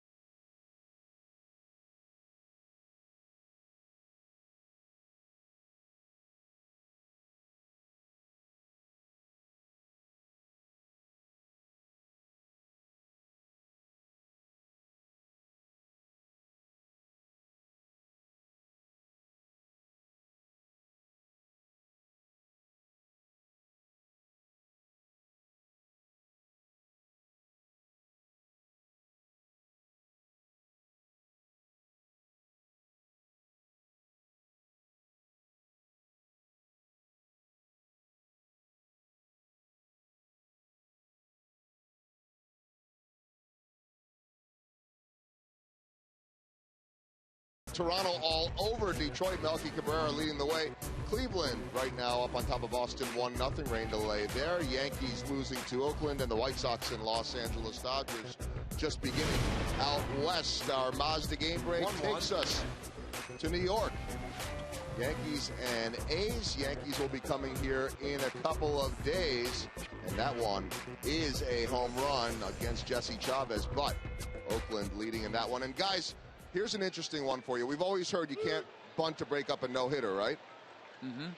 But if you bunt to break up a no-hitter in the first inning, that's okay, right? Indeed. The San Diego Padres beat Pittsburgh tonight 3-2. Uh-oh. That's going to get caught. Easy out there. The only hit of the game was a bunt single by Everett Cabrera in the first. They also had 9 walks. They won the game on a 1-hit, 9-walk offensive performance. 3-2 the final. Holy smokes. When you mentioned San Diego, I thought you were going to mention Preston Gomez, who took a pitcher out. I think it was on opening day. He had thrown 7 no-hit innings, but it was a 0-0 game. And they needed a hit. Well, meantime, here it is 2-0. St. Louis has scored runs in the 2nd and the 7th inning. And now Mark Ellis will lead things off in the 8th. With 1 out, excuse me. As Taveras made the first out, and Ellis up with a 2-0 count. Got to be happy with Vargas and his outing. Just allowing 2 runs. Bunt try, but bunted foul. It's 2-1.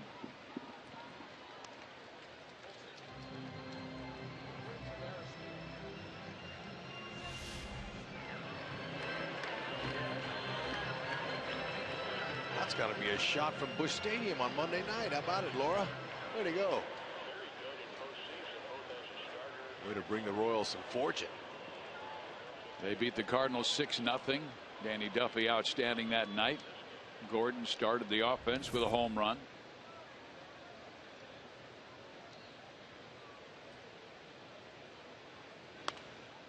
Fouled off. 2 balls and 2 strikes. Vargas staying in the game. Herrera had been warming. Now Tim Collins throwing in the Kansas City pen. Michael Marriott has joined him. And Francisco Bueno is now jumped up, starting to throw, the left-hander.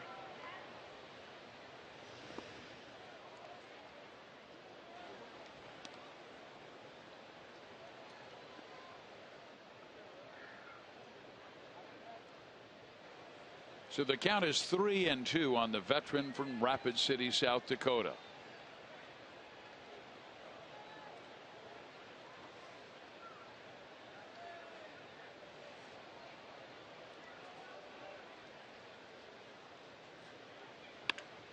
Hit well center field.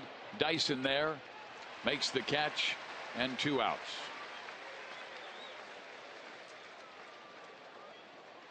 So Vargas pitching like the last time he faced the St. Louis Cardinals, which was way back in 2010 as a member of the Seattle Mariners, and he beat them.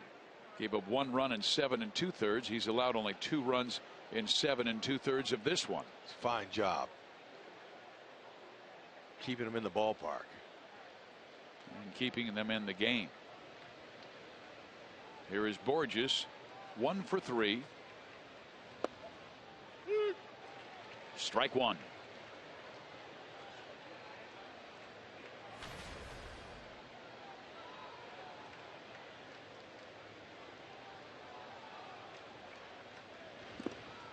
In the dirt, Salvador has a 1-1 count with Jason Vargas against Peter Borges. The Royals have lost 7 straight at home to the Cardinals and 29 of 44 since interleague play began. A 1-2 at Busch Stadium.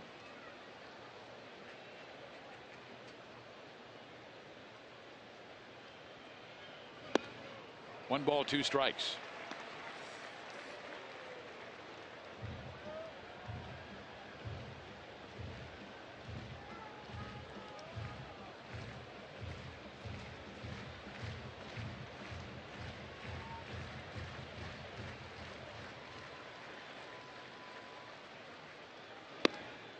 Outside, 2 balls and 2 strikes.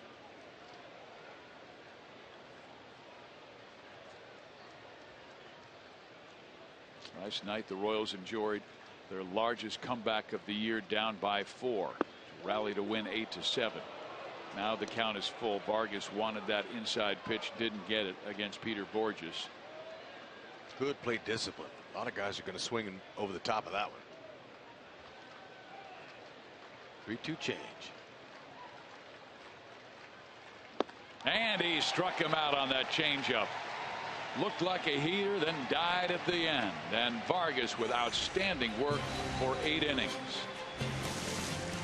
I'll say Vargas did his job.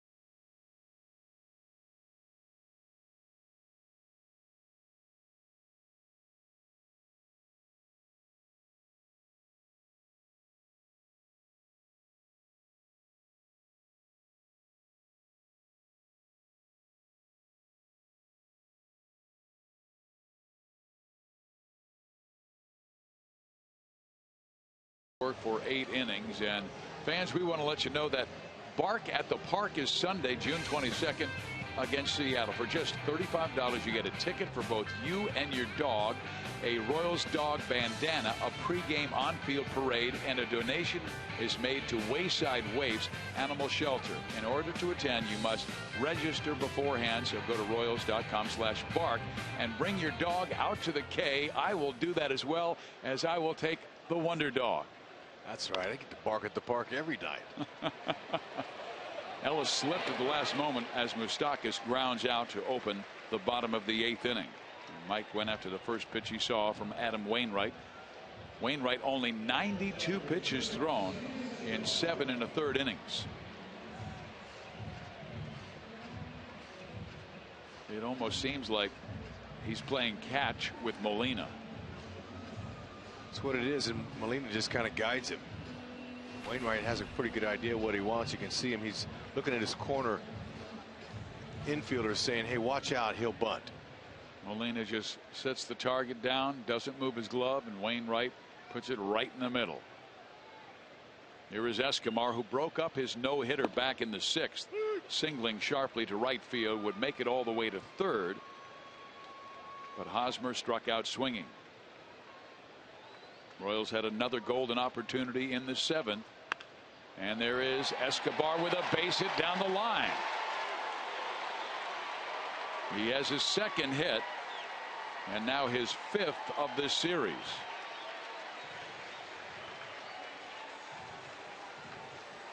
Last 2 hits Escobar has been on that beautiful curveball, and it's been up in the zone, and Escobar is able to recognize it.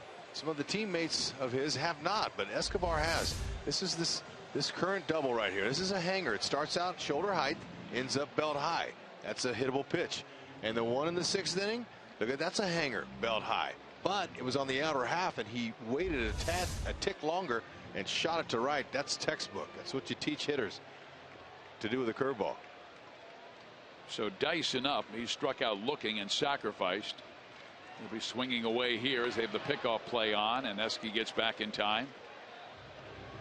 Boy, they really want him shortening that lead. I mean, St. Louis has 30 wins this year. 10 are by shutouts. Their offense has been quiet. They actually have scored fewer runs than the Royals. And they are the National League champions, losing to Boston last year in the World Series.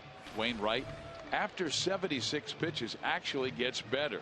Opponents only batting .169 against Wainwright after 76 pitches. He has struck out 6.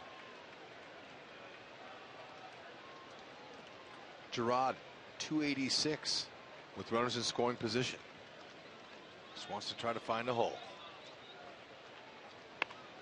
Fought that one off. Now finds himself down 0-2.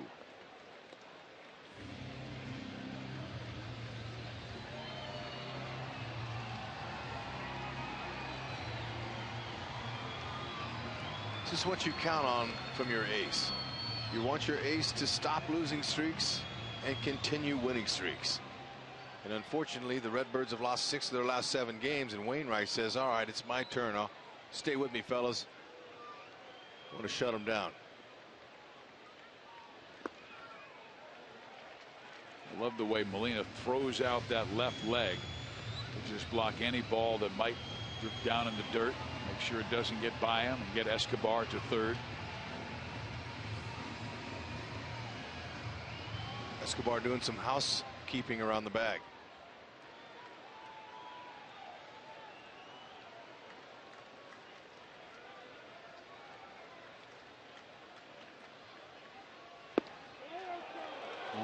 Didn't miss by much outside. 2 balls, 2 strikes. Molina held that glove for a long time, hoping to get the call, but did not.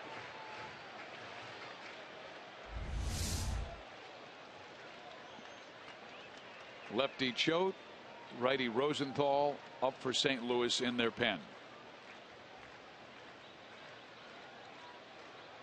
Maybe they can get him out if they can just foul off some pitches, make him throw a lot more pitches in this inning. Escobar's going.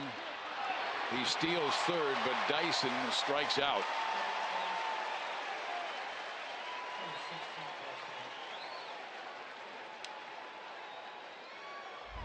Escobar got a great jump. Yachty sees him coming. Throw was just a little low. I think Escobar would have beaten it unless he'd have put that ball right on the bag.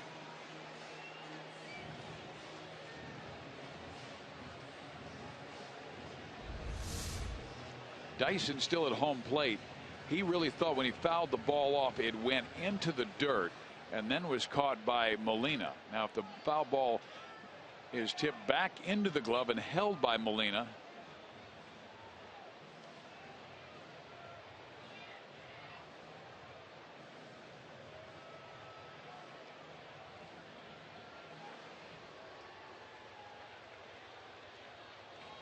so Ned wanted to at least get the other umpires to talk about it. and this is a situation where the umpires can get together and they decide whether or not to take a look at the replay to make sure it is correct.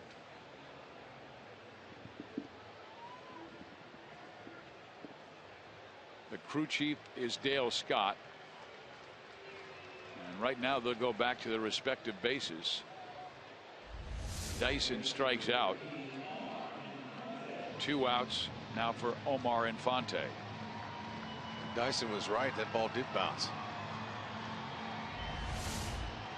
But Molina's so quick and covering it off the ground and flipping to third base.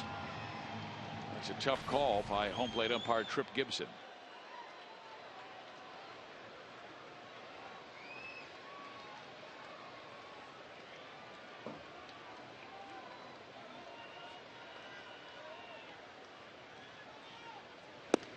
At the start of the game, we showed you that the Royals really clutch in the first 2 games of this series, hitting .500 with runners in scoring position. But tonight, 0 for 6. Obviously, it's against one of baseball's best, Adam Wainwright. Twice he was second in the Cy Young voting in 2010 and 2013 for his brilliant years.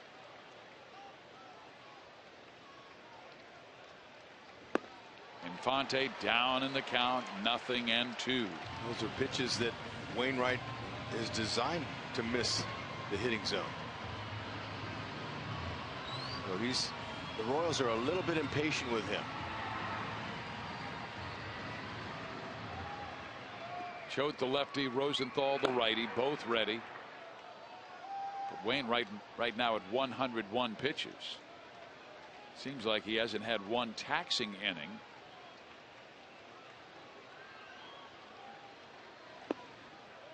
Well, he figured if Infante would chase the previous 2 pitches, he'd go a little further away from the zone. Wainwright came up in the Atlanta Braves organization, traded to St. Louis in the J.D. Drew deal. And right now that certainly favors the Cardinals, with Wainwright helping them win 2 world championships, one as a reliever, the other as a starter.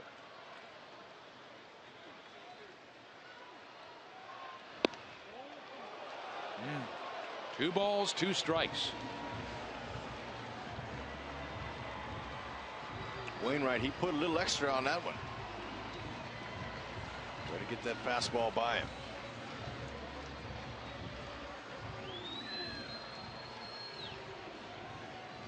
He had great success in the 2006 World Series victory over Detroit as a reliever, with 9 2/3 scoreless innings, 15 strikeouts, and 4 saves. He was on the mound for the final out in all 3 postseason series.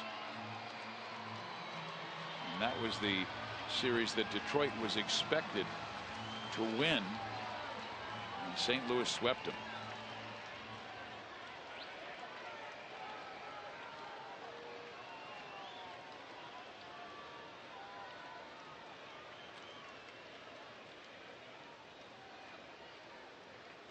Infante to center field. Borges comes on, makes the catch, thread over. Wainwright continues to pitch his best when the pressure is on.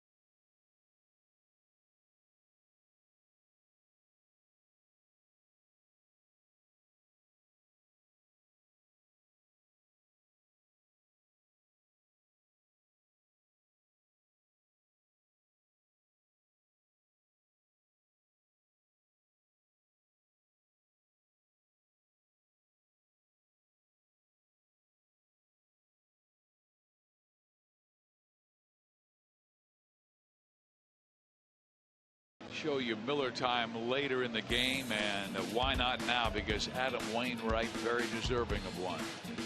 Sure is. Vargas had a very good game, another quality start, but Wainwright, he's just been a little bit better, keeping his pitch count down. I'm sure he'll probably come out to try to complete his game, but pitchers do it all the way. Like I said, low scoring affair. So Wainwright has that right arm wrapped with a towel. And Michael Marriott comes out of the bullpen for Kansas City. 6.87 ERA. He is our Chevy call to the bullpen.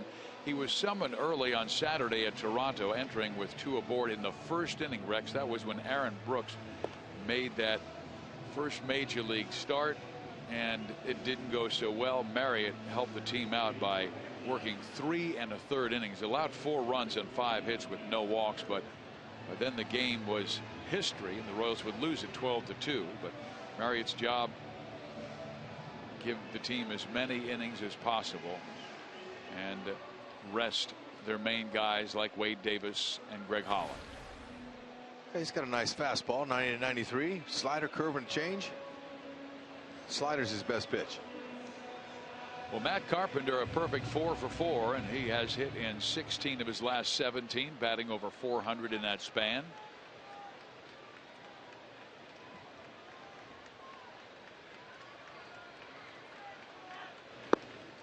Strike 1. Vargas pitched a gem, going 8 innings and allowing just 2 runs. Carpenter got him in the second inning with a base hit with 2 out that scored Ellis, and a ground out by Holiday scored Carpenter in the 7th.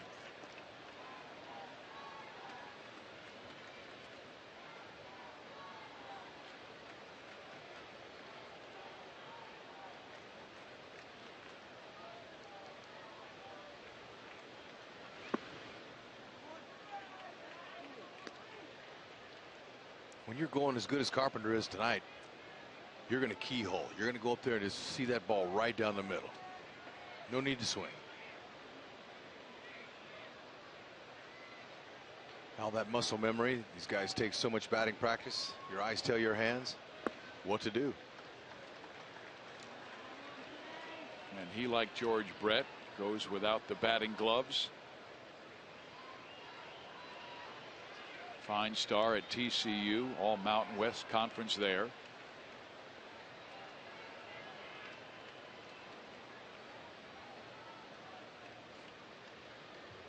Now the 3-1, and Carpenter takes ball 4, and he has been on base 5 times tonight. 33rd walk of the year, so Grichuk will be up, and I wouldn't be surprised if they tried to sacrifice again. Right now he's gone over to visit personally with Jose Oquendo, his third base coach. We'll have one more tomorrow night in the I-70 series. Ventura going for Kansas City and Michael Wacha for St. Louis. This was kind of an important date last year, Rex. June 4th. Kansas City lost to Minnesota to fall a season low, 9 games under 500, but the next day they would start a 6-game win streak. They would win 11 of their next 13, and the Royals on June 17th would be back to 500. It can happen that fast. That's right. Get all 3 of your areas working: pitching, defense, and timely hitting. Yeah, this is not one of those games you go, man, we swung at some bad pitches. This was one where you go, Wainwright has been the best. He's looked like a Cy Young winner. They got 3 more outs to get him. You got that right.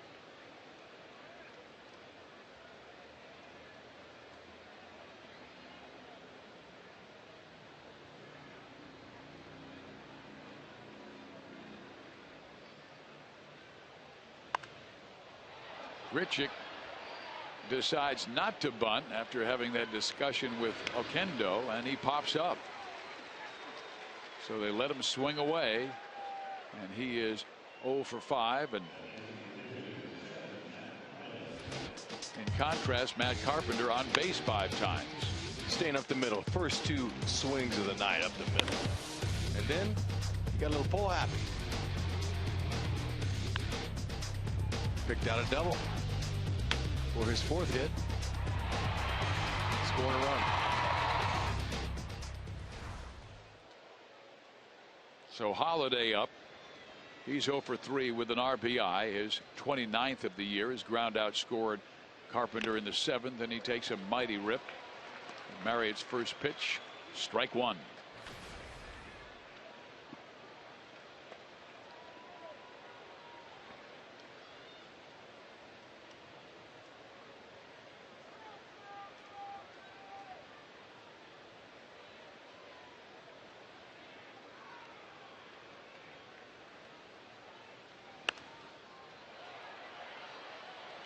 So advantage Marriott here.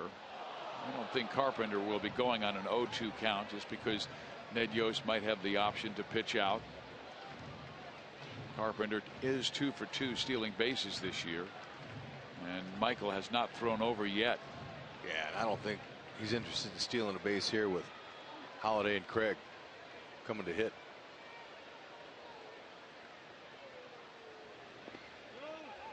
Now Carpenter will advance on a ball in the dirt that skips away from Salvador Perez.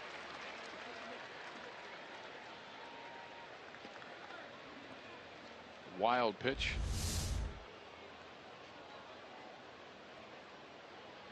Salvi went with his backhand. Typically he turns the thumbs out. Just bounced off of his chest protector and can't keep him in double play order.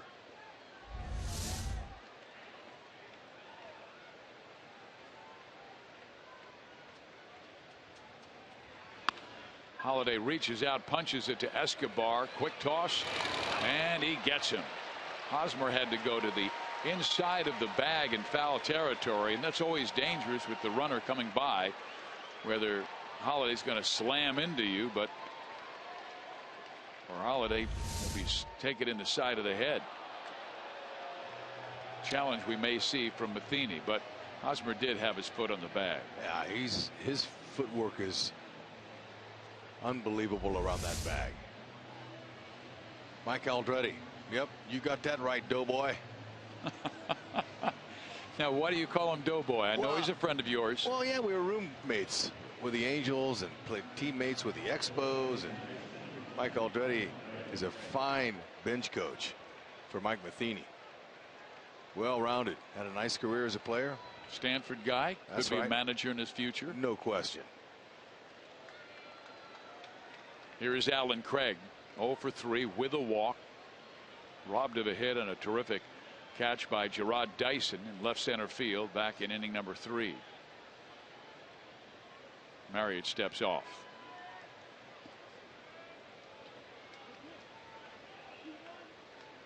Royals begin this homestand with 2 with St. Louis, then 4 with New York, Friday, Saturday, Sunday, and Monday, and then 2 with Cleveland, and then back on the road. Outside, 1 ball, no strikes. Good homestand and a lot going on this weekend. Fireworks on Friday, giveaways, Father-Daughter Day on Sunday. Derek Jeter in town. Final time at the K.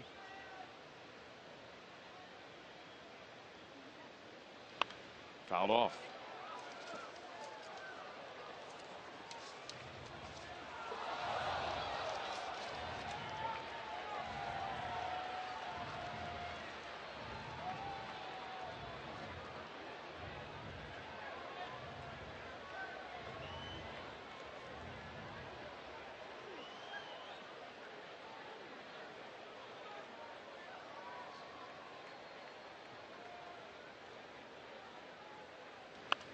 Craig fouls it out of play.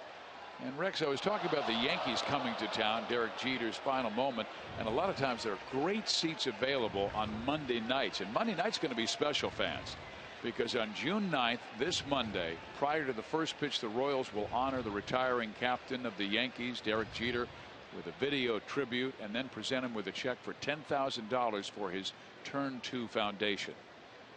So be here for that one as well. Craig fouls it off.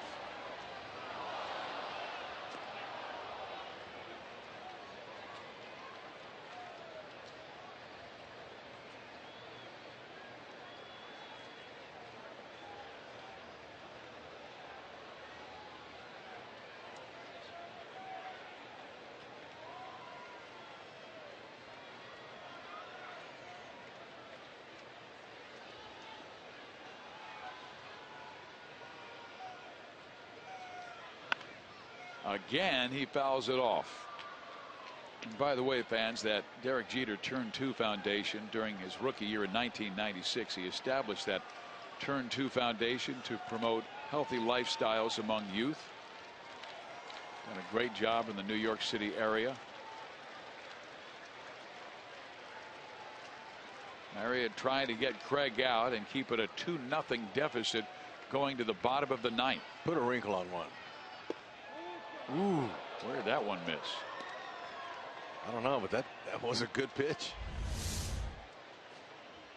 It's a slider. Just a little bit up and out.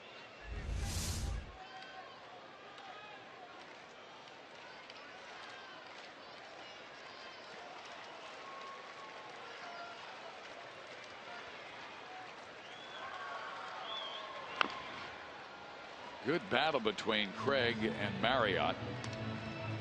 Craig just fouling off tough pitch after tough pitch. The next one will be the 8th in this at bat.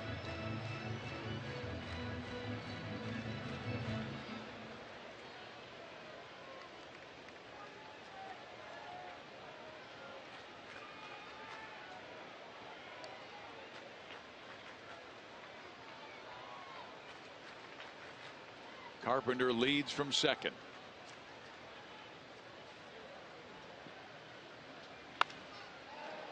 Boy, he is just peppering that right side. Going to have to waste one here. See if he can throw one in the dirt, or maybe even come up seams with a little four-seamer upstairs. Everything's right around that plate.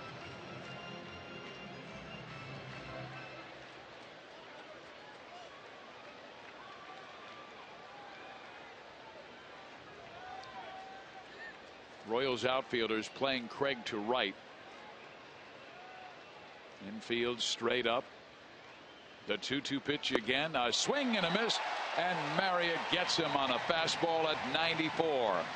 Last chance for the Royals. It'll be Hosmer, Butler, and Gordon coming your way.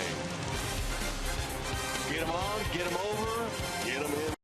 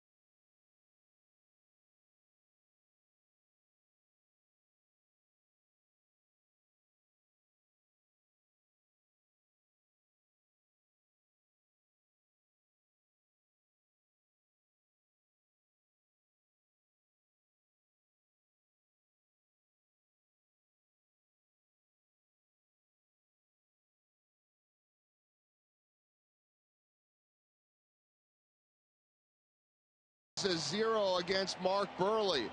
Burley may start the All-Star game in the American League. Adam Wainwright could be the nod in the National League, and that is what the Royals are up against for one more inning here in the ninth. We'll talk about this game, the performances of Wainwright, Vargas, hear from Ned Yost, analysis from Jeff Montgomery, and much more coming up on Boulevard Royals Live. Thank you, Joel. And Wainwright has thrown 104 pitches through 8. The most he's thrown this year was 117 through 8. 2 starts ago against Cincinnati. He has 2 complete games, and one was one of the best games he's thrown this year back on May 20th against Arizona, when he threw a 1-hit complete game shutout against the Diamondbacks and beat them 5-0. He has struck out Eric Hosmer 3 times.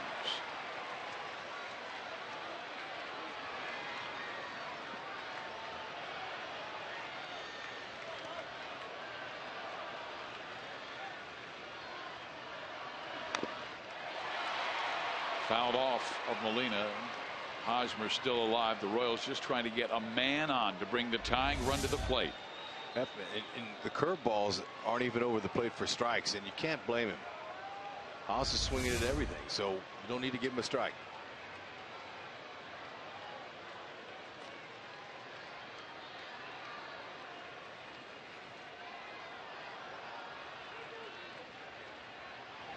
And he chases one in the dirt. It gets away. Hosmer races for first and will make it safely. So strikeout number 8, but a wild pitch. And a golden opportunity for the Royals in the 9th.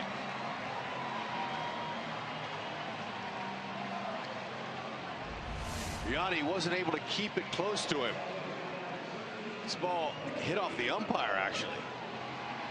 It hit off the back foot of the umpire, got underneath the glove of Yachty, and then he tried to slide and throw. There's no chance. So there's some life.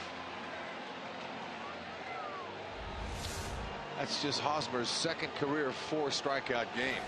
The last came a year and a half ago, September 9th, 2012. And Billy Butler is the batter now, 0 for 3, twice grounding out. One other time lining out. The outfield very deep.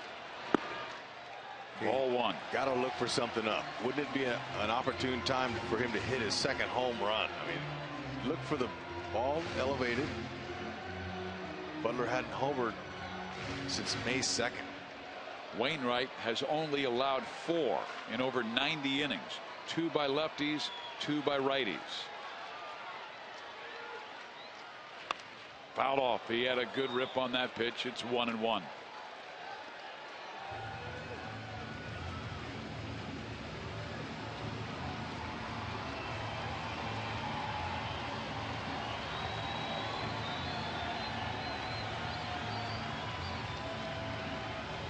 Nine strikeouts for Adam Wainwright.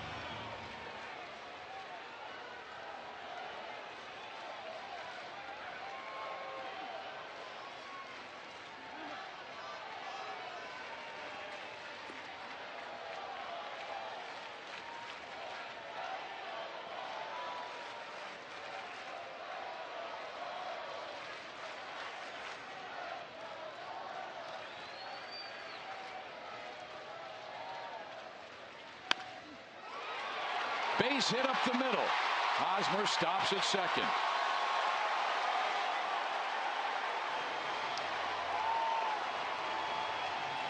Royals haven't had a walk-off here all year. They are overdue. Wouldn't that be special? And that's it for Wainwright. Matheny's seen enough. Get in their pin. Maybe the Royals can win. Well, the Royals bullpen certainly outpitched the Cardinals bullpen the last couple of nights. And this call to the bullpen brought to you by Chevy. Royals trail by 2, but the tying runs are on with nobody out.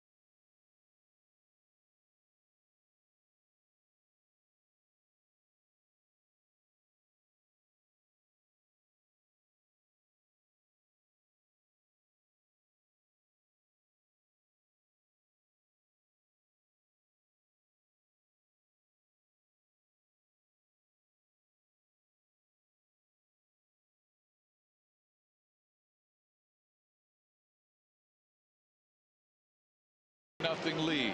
But as you can tell, the Royals have 2 on with nobody out. They have knocked out Adam Wainwright after 8+ innings, and they are bringing on their closer Trevor Rosenthal. His numbers are not wowing you with a 4.28 ERA and an 0.3 record. 35 strikeouts in 27 1/3. The Royals beat him last night, and he will face the Royals' hottest hitter, Alex Gordon, who has walked and doubled tonight. Just look for that fastball in your spot. He cuts it, and he's got a changeup. Mid to upper 90s.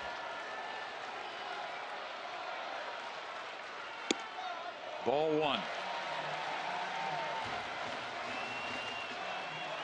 It was Eric Hosmer's slicing base hit to left field that beat him, scoring Omar Infante, giving the Royals an 8-7 lead, and Holland would go 1-2-3 in the 9th.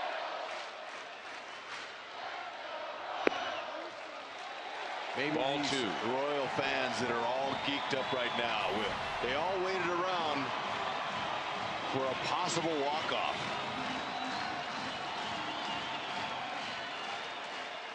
Hosmer second. Siriaco first. He caught the outside corner. 2-1. That was not the pitch that Gordon was hunting. Alex is so quiet right now. He's got very little body movement. He's locked in. Just use those hands. Let Rosenthal supply the power. 2 balls and 2 strikes. Gordon last night with 2 on in that important comeback. Breaking ball gone. Royals led 6-4. One of those tonight, and the Royals walk off.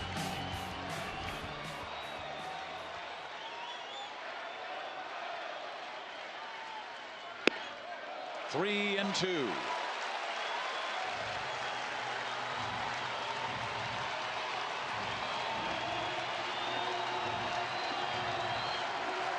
Rally caps on. Now the crowd on their feet.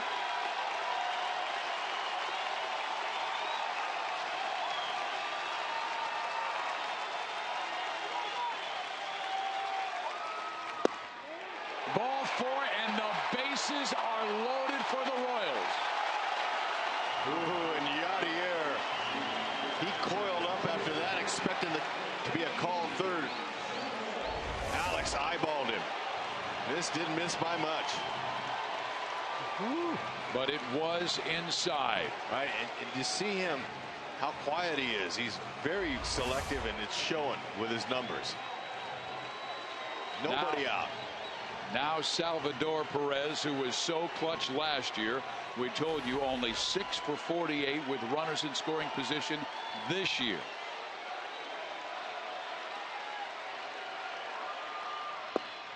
Strike 1. Salvi has said many times in pressure situations, he said, I try and focus on a certain area. Now bases loaded, nobody out. Tight, 1-1. Last walk-off here at the K was Maxwell's grand slam at the last home game of the season last year.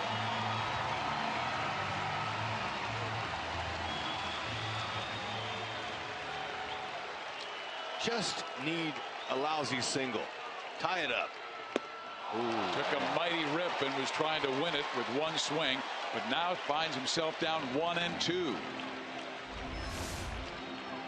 With nobody out, Salvi doesn't have to do it all himself. He's got Lorenzo Cain on deck, who's been a very productive hitter with runners in scoring position, so he doesn't have to feel like he's got to be the guy.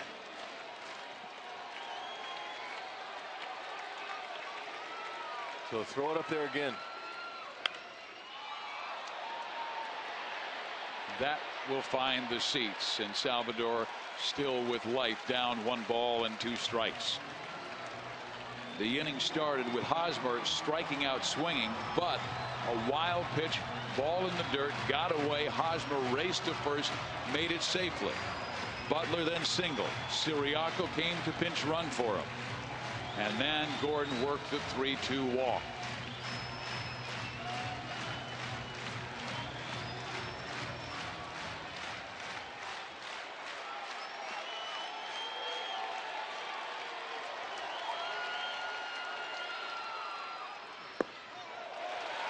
A little bit low. 2 balls, 2 strikes. Rosenthal certainly does not want to go 3-2 with the bases juiced.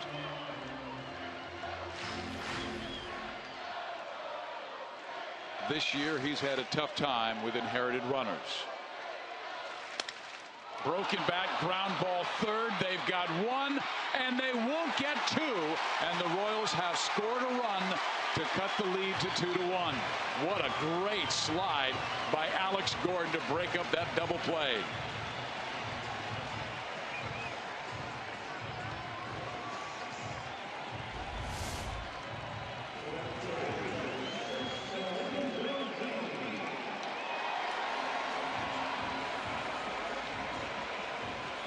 Rex, I'll also say this.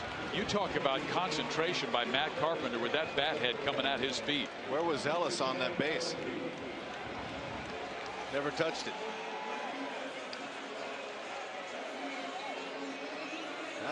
That's called a jam sandwich right there. Still only 1 out. Good opportunity to see a ball up and try to get a sac fly. There's a shot in the gap. Base hit. Siriaco scores the tying run.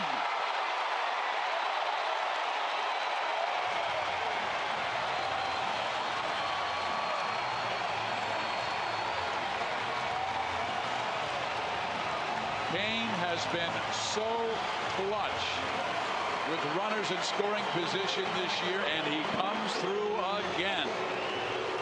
Loved his approach, trying to shoot it right back up the middle.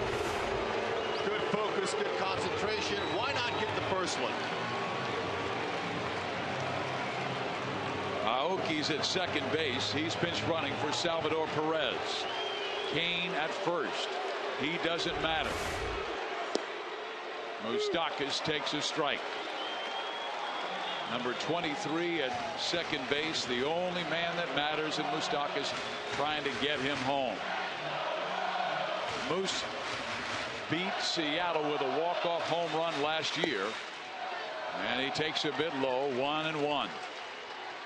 That's where they want to stay on Moose. Tie him up, don't let him get extended.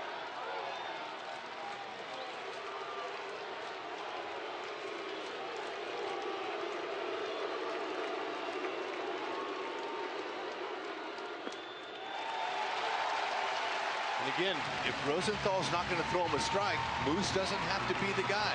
Escobar, he's been the hottest hitter tonight for the Royals on deck.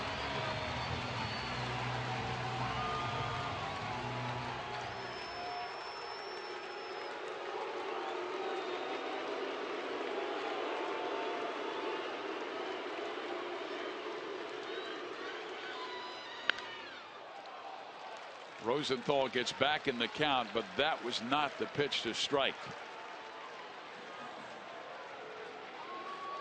Well, can't keep that one fair. That's way too far in. Do you expect Rosenthal to come back inside? Oh yeah, they're going to stay up and in. If they don't, they're doing Moose a favor.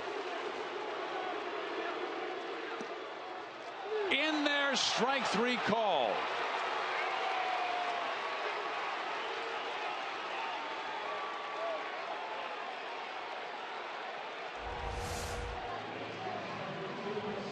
See how Yachty was moving on the outer half, but that ball came back over on the inside part. It was barely a strike, if it was a strike. Now Escobar, the batter, who is 2 for 3, and he's really been swinging the bat well the last week and a half. Yep, and you know he's just going to go out there and put a nice easy level swing on him. That's all you got to do. Escobar's the guy you don't want to face here. Strike 1. Rosenthal has thrown 19 pitches, 11 of them for strikes, but he has blown the save as he was trying to nail it down for Wainwright. He's in search of his 9th win. I hope he can get a big lead out there. There's no one near him. Ooh, got to be able to score on a single with no problem. Neither shortstop, Peralta, second baseman Ellis, anywhere near him. So you can really get a good secondary lead. He checks where the outfielders are located. And now where the infielders are located, and extends his lead at second base. Escobar, though, down in the count, 0-2. Outside. And it was Eske who dumped one into right center field, as you called it, a little doinker that tied the game last night. He'll take it here.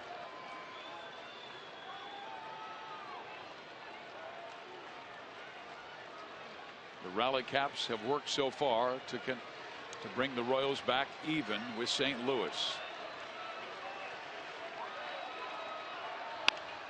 Line drive struck right at the shortstop, and Peralta says we're going extra innings.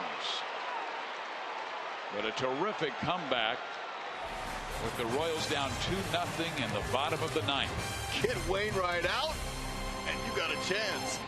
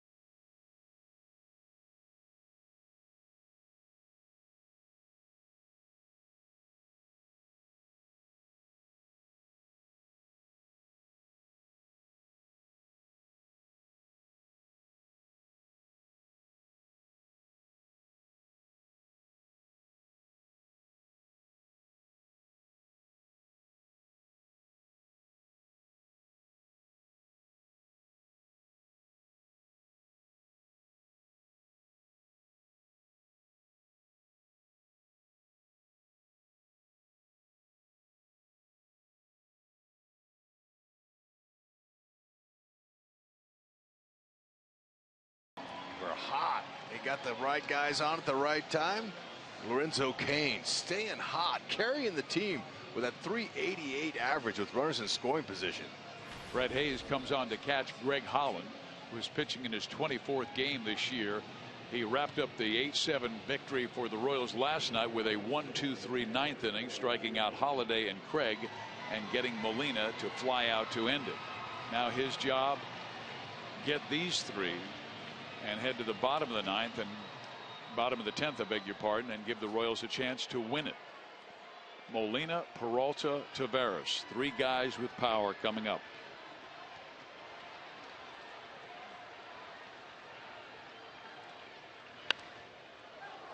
Molina takes a hat, strike one. Yanni's been his first pitch swinging all night. He singled his first 2 times up, flied out to right his 5th in the 5th inning, and was intentionally walked in the 7th.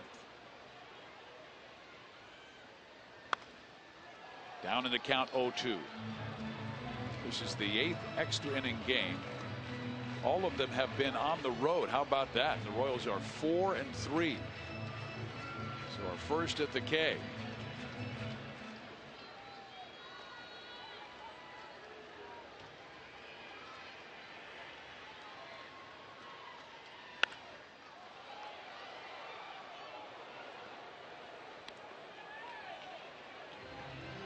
Yachty trying to get that fastball early from Holland so he can at least make his chances better. Is that slider and split finger terrible to try to hit? A lot of moths flying around here. That's distracting to the hitter.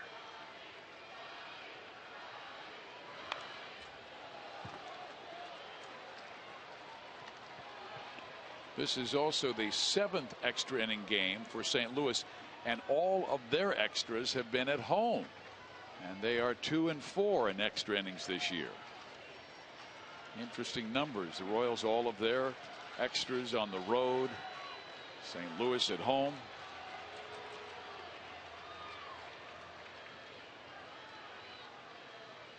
The 0-2 pitch. Molina takes a bit low.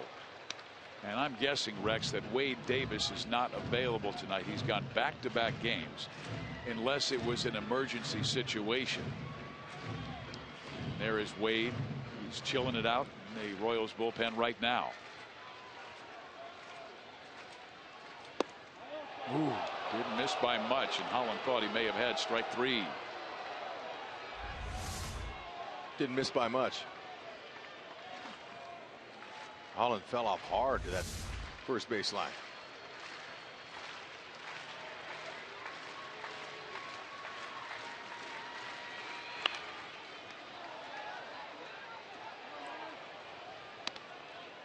This is game number 79 in the series. St. Louis leads at 45-33. Kansas City has really played very well on the road, winning 13 of their last 22 in St. Louis. It's the Cardinals who have ruled the K. Uh-oh.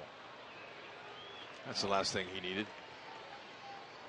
Yeah, you're usually taking foul balls off of your feet, even though they're covered, when you're catching. Now you foul one off when you're swinging the bat. Yeah, those hurt worse when you're swinging the bat, because that ball comes directly down on you.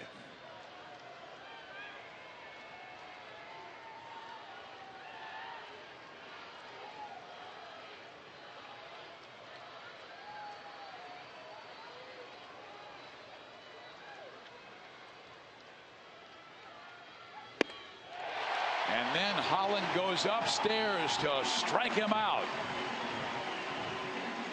It took him 9 pitches, but he finally gets Molina in the 10th.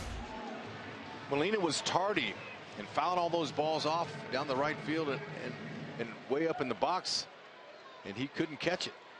So he stayed with that fastball to finish him off. That's a good location when you're got a hitter up there looking for that heater and it's up out of the zone. Now St. Louis's home run leader, Johnny Peralta, with 9. He hit 8 in his first 34 games this year, but only 1 since. And strike 1. He's mired in a bit of a slide. He only has 6 hits in his last 34 at bats. Strike 2.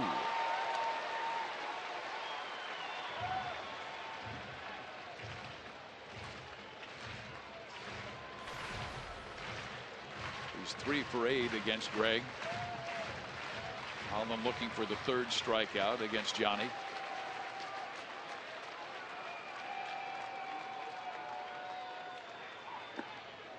Tried the splitty, a bit down low and in.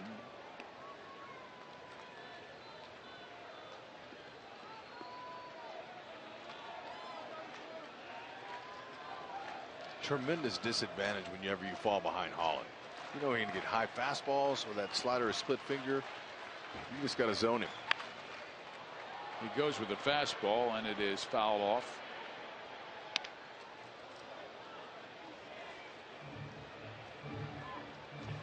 Royals have enjoyed 13 comeback victories this year. Most recent was last night, and it was their largest comeback of the year, trailing by 4 runs. Tonight they trailed by 2 in the bottom of the 9th and scored 2 to tie.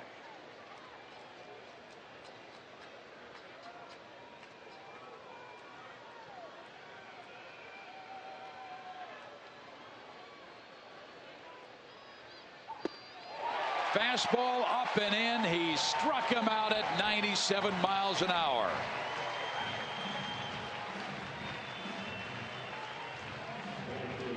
Nothing bad that the hitters are doing. That's just great pitching. using all areas of that strike zone, not in the middle. That's the key. Holland right over the top generates some kind of power for not such a large frame. 5'10".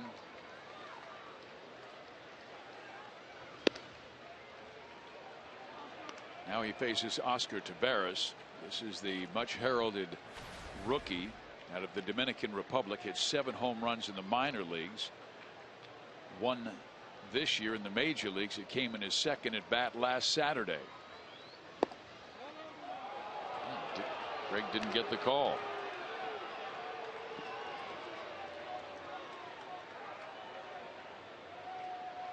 Taveras has popped up, struck out, doubled to right, and flied to left. And they say he will swing and hit a ball well that's not in the strike zone. They say he was a free swinger growing up, but great hand-eye coordination.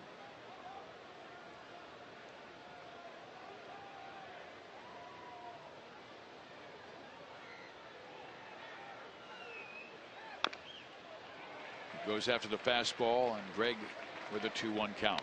Yep, Taveras is looking to pull that ball. The ball's on the outer half. He's swinging around it. And that's why they've been working him away with the first 3 pitches. That's right. Maybe drop a slider in him here. Or split. Either one. He's in command.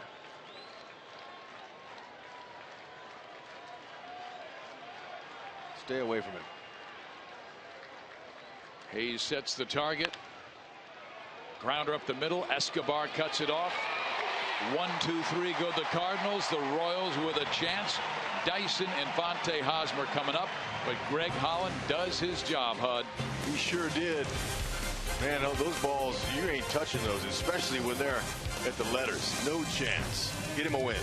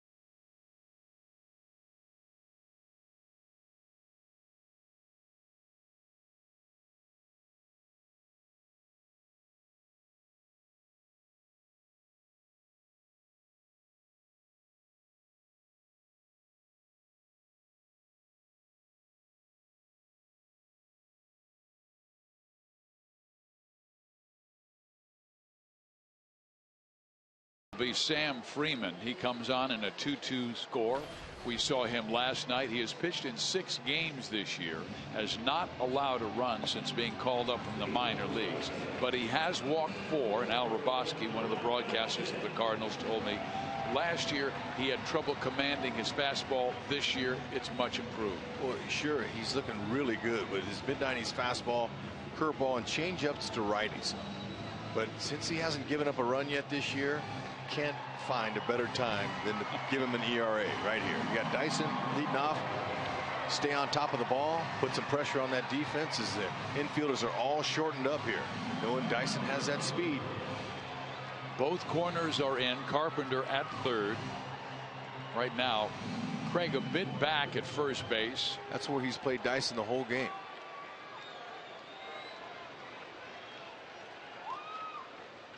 Dyson shows bunt, takes a strike.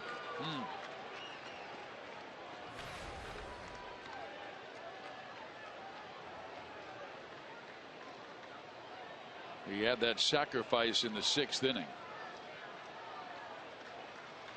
And now he's swinging, and it's a 1-1 count. Carpenter's still in on the grass. He can slash one that way. Might have been able to work one through. 1-2.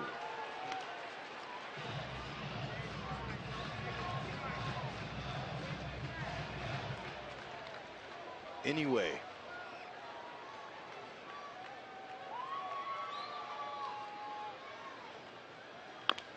A chopper over the head. No, it didn't get over the head of Freeman. Had it been able to, Dyson would have been safe. Instead, there's one out in the bottom of the 9th inning. Well, that's the one he wanted. Just didn't have enough on it. He would have been able to walk into first base. Looks like Freeman, pretty good athlete. Handle that in the throw on the run, no problem.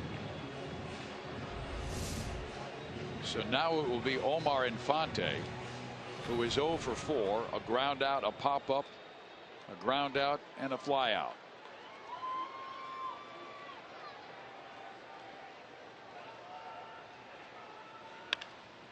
He hits it to right field, but Taveras will reach it, and very quickly 2 outs in the 10th inning.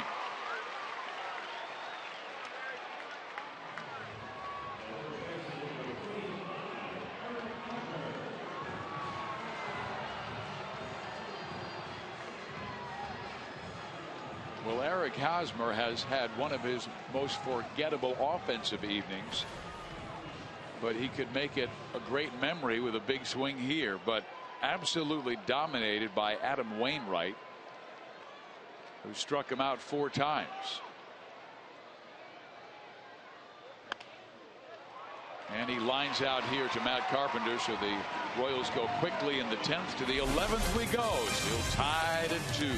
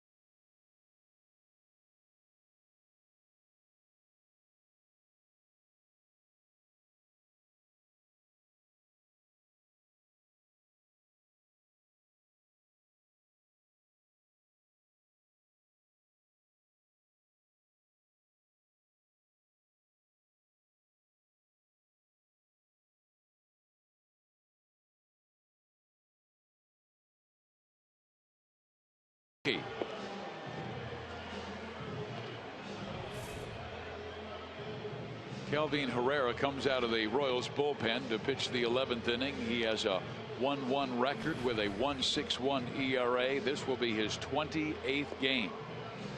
He will face the bottom of the St. Louis order, veteran Mark Ellis, Peter Borges, and then back to the top, the one guy the Royals have been unable to get out, Matt Carpenter. And it looks like Colton Wong is going to come on to pinch hit for Mark Ellis. Yeah, yesterday's game, Colton Wong made a play out there at second base, landed on his shoulder, had some discomfort. Figured they'd give him the day off today, but he's good enough to go. He hit the grand slam yesterday that gave the Cardinals the early 4-0 lead, but the Royals came back with 6 in their half of the 5th, highlighted by Alex Gordon's 3-run home run. It gave the Royals A short-lived 6-4 lead. They would win it 8-7. Cardinals know what they're getting. They know what they were getting with Holland. More gas, more hard fastballs. I mean, a great sample size at 99. We might even see 100 from Herrera tonight. Sliders, not very many. He mixes in that changeup a little more often than the slider.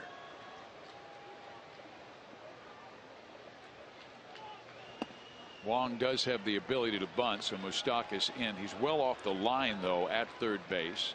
Hosmer a bit in at first. Yep, almost better off swinging against a guy who throws that hard, because bunting is much easier against a soft tosser with some breaking balls. Right now, Herrera needs to throw a strike. That has been his challenge throughout his career. He has 12 walks in 28 innings. Last thing you want to do is walk the leadoff man with speed.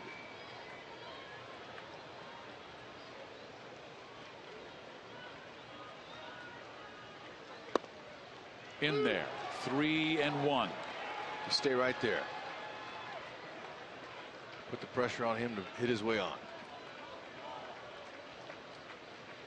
Make him earn it.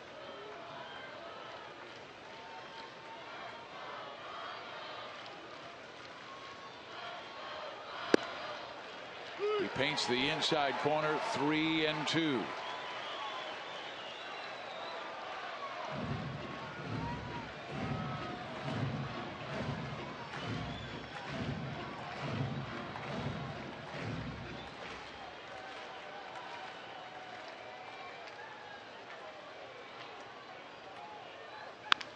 Ground ball right side.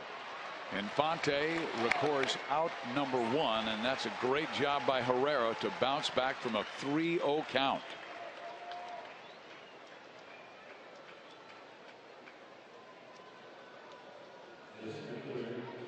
Denny Matthews wrote a book, Rex. I think he had a sequel. It would be called Leadoff Walks, Late Innings, Not Good. No, he's right, 100%. They always seem to come around and score. Do all you can to guide that hard fastball over, and on the corners preferably. Now Borges, who takes ball 1. Borges has quick hands. His one hit came back in the 4th inning, a line drive to left. He is another speed guy for St. Louis. 2 balls and no strikes. Herrera not making it easy on himself, falling behind the first 2 Cardinals.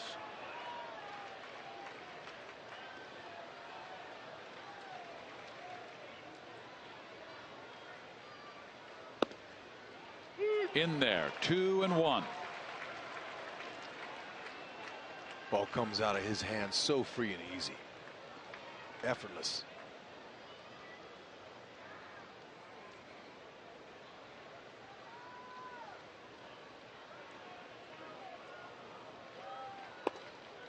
A bit low and a 3-1 count.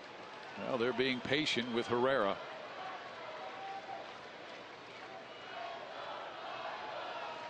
Why not? They're looking for a base runner, and these guys got speed. Borges takes ball 4. He showed bunt.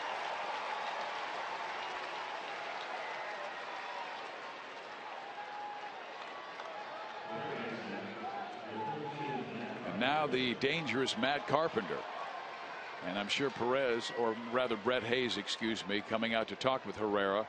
And we're expecting Borges to go, who is 3 for 3, throwing out runners. And Herrera with that high leg kick, easy to steal on, or easier to steal on. Carpenter, perfect. 4 hits, 3 of them singles, 1 double, and 1 walk. And Rex, are you going to be aggressive with the fastball early because Borges might be going in the first pitch? Oh yeah, that's his premium pitch. He's going to stay with it. He does not. He's going to have to get a good lead and a good jump, because Herrera gets that ball home awfully quick. And remember, if you take your focus off that hitter, especially this hitter, you could be in trouble. Focus on Carpenter. Gets a strike across. And he went with his off-speed pitch rather than the fastball. Changeup had some movement away. In fact, that changeup's as hard as a lot of regular pitchers' fastballs.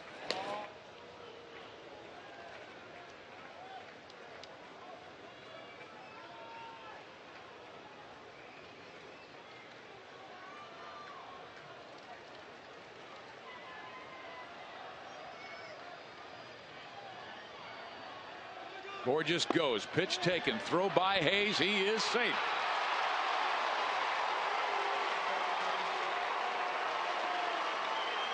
Herrera got the ball home to Hayes in 1.3 seconds there. That means that he had to get an excellent jump in order to do it. And that speed of his is just amazing because the throw was a really good throw. Look at it. Look at that forward lean. He is a gazelle. He takes off and he is as fast as they come. Great jump. 4 for 4 stealing bases this year. Hayes went out for a visit with Herrera. Dyson shortens things up in center field. So does Gordon and Kane. John Jay has moved to the on deck to hit for Randall Grichuk. But first things first, and the always dangerous Carpenter at the plate. Better believe it. He's going to look for a pitch and just slap it. He's not going to try to drive it. 2 balls, 2 strikes.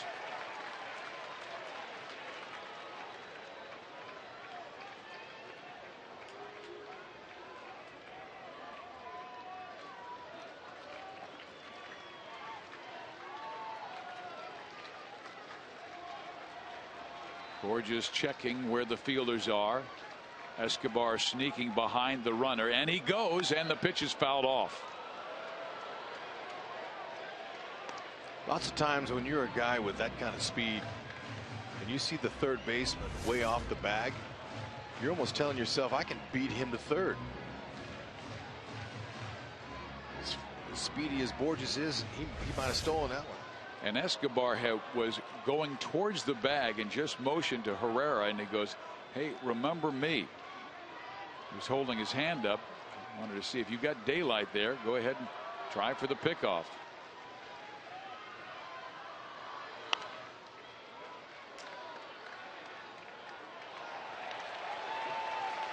Looked like he was taking a swing to left field there. Yeah, because Escobar, when he was going to cover, there was a huge hole in between second and third base where Escobar had vacated on the pitch where Carpenter struck it into the visitor's dugout. Any ball well struck in the outfield on the ground, that was going to be a play at the plate. Outfielders for the Royals have good arms. 3-2.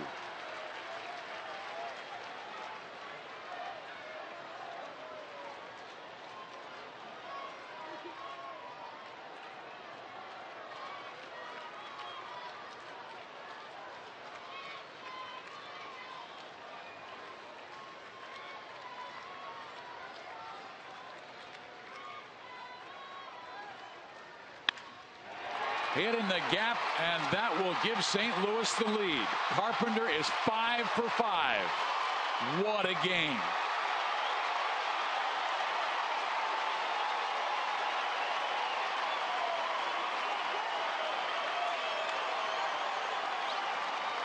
As hot as he is right now,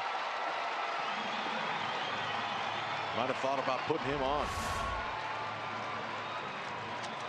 Fastball, hand swing, just like we talked about. He's going to put that ball in play. And there was no chance.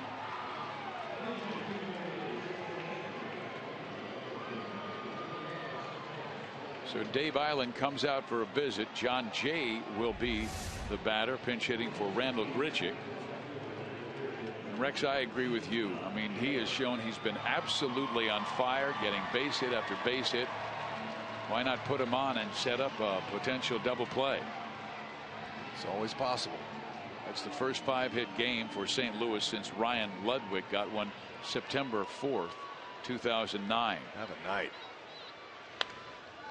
Jay goes after the first pitch and fouls it straight back.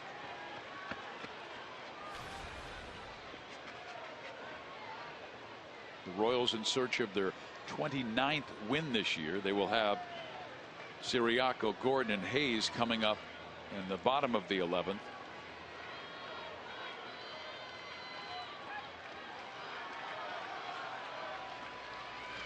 Jay fouls it off. Now he's down 0-2, but both Herrera pitches have been up. Let's take a look at that swing again on Phantom Cam by Carpenter. He's the hottest hitter in Major League Baseball tonight. Look at him. Now watch him. His hands won't roll over until he makes contact. That's called staying inside the ball. See how they roll over now? That's a perfect swing.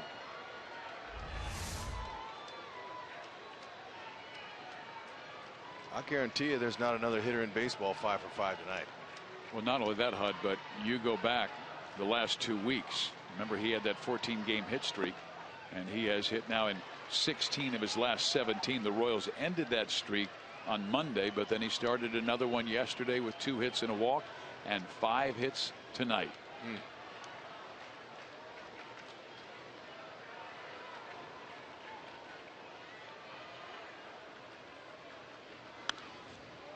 Boy, he's leaving it up.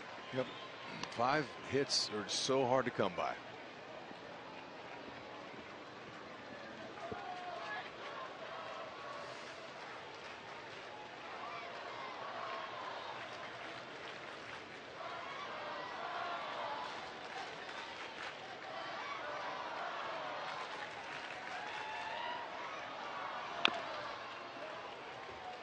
Done a great job fouling off the tough pitches we saw. Carpenter at his best fouled several off the left side to give himself another chance, and the result was that double that broke the 2-2 score and gave the Cardinals a 3-2 lead.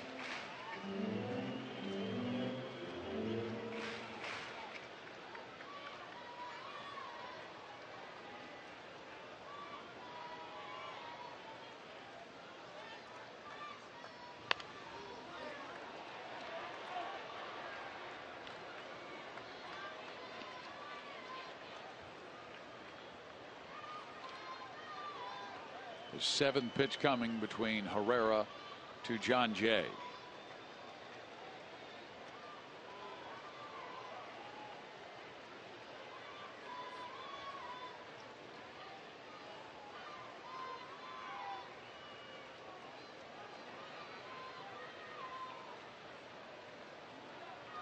Just can't lay a fastball out over the middle to a guy that hot.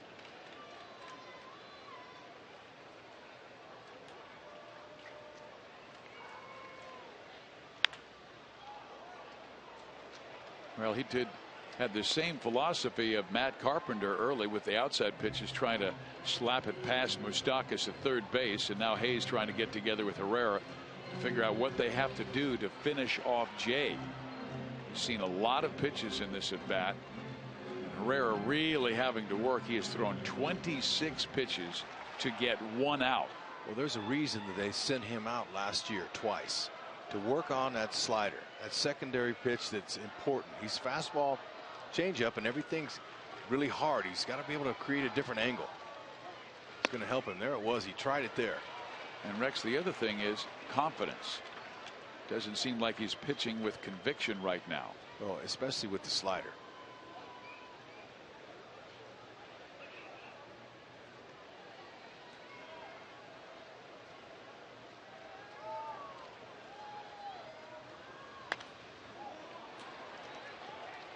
And you're going to get a lot of foul offs when you throw that hard and you're up in the zone, because hitters have a hard time squaring that one up unless it's down below the belt. Carpenter at second base, a 3-2 Cardinal lead. A 1-out walk to Borges, a steal, and then a double. The Royals have a lefty warming in their bullpen. I mean, that changeup's at 90, so that's incredible. But a lot of the guys are swinging around that pitch. If he could just take a few more miles per hour off of that changeup, it would be a more off balance pitch for the hitter. Yeah, he just chokes it back in his hand. Tim Collins warming down in the Royals bullpen.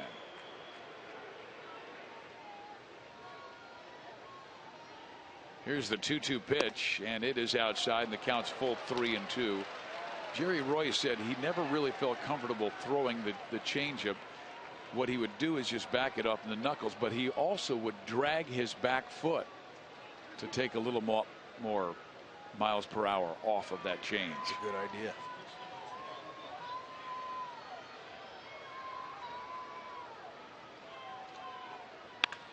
Ground ball, base hit through the whole left side. Carpenter will stop at third base, and that was an absolutely great at bat by Jay.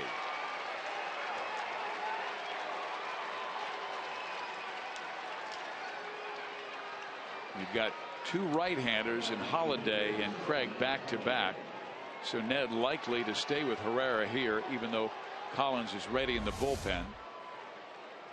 And actually they have 1, 2, 3, 4 right-handers in a row, but out comes Ned. So what Jay did in that at bat was he forgot about pulling him. He says, I'm not going to pull him, I'm just going to try to slap him to left field, and he got the pitch to do it on. They will go to Tim Collins, even though there are 4 straight right-handers coming up, but right now I think Ned has more confidence in Collins than he does Herrera.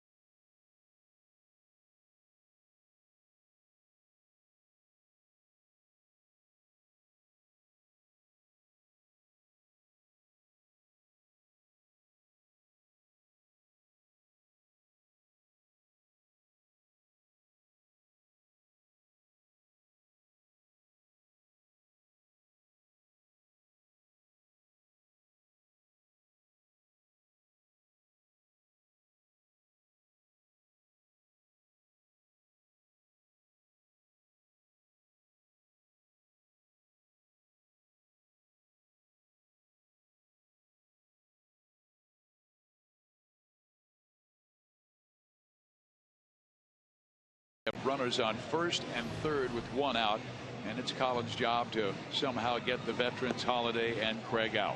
And one of the reasons Ned made the move is because Collins has a .226 average against righties. Lefties are hitting .316 off Collins, so he says, you know what, I'm going to take my chances here with Collins, who's got a good fastball, big curve, and a straight changeup. Is the change his out pitch against a lot of right-handed batters? It is, and he uses it against lefties as well. The whole thing for him is just command. Like most pitchers, command it down. See if you can get Holiday to ground into his 7th double play. Get out of this inning. Holiday 0 for 5. Ball 1.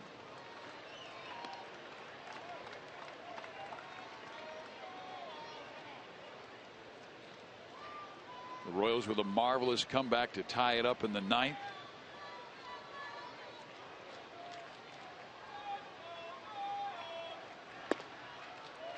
Two balls and no strikes. And for Holiday, this is kind of a shocker move for him. Most of the time, you want a righty facing a righty. I would imagine not too many times managers have brought a left-hander in to face him. And then Collins hits Matt, and the bases are loaded for St. Louis with just 1 out. He kept on trying to come in on Holiday, and he came in too hard and too far. Yep.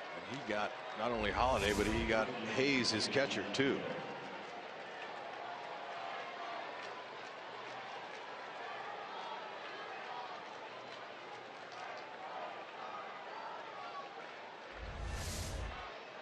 Marriott and Holland did an exceptional job keeping the St. Louis offense quiet in the 9th and 10th innings.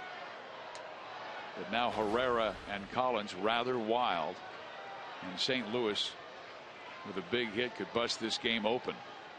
Alan Craig the batter. Tim continues to want to come inside. 1 ball, no strikes.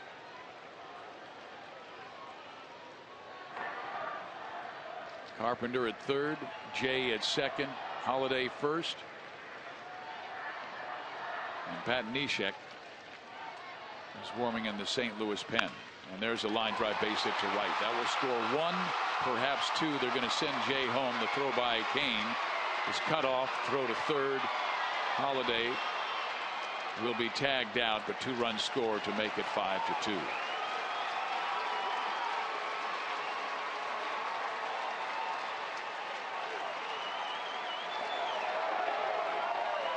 Finally, Alan Craig gets a big hit with the runners in scoring position. They've been waiting for him for a long time. That's a pitch, low strike. Had in mind to shoot that hole the whole way. Obviously, with that swing, shorten it up, found the hole.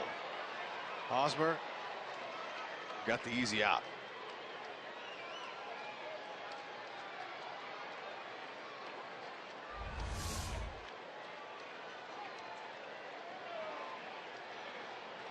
Hey, that's a big weight off of Alan Craig's shoulders. He came through for him. Molina goes after the first pitch, grounds out to Mike Moustakas, but the damage has been done as St. Louis scores 3 runs off the Royals bullpen. We'll see Pat Neshek when we come back.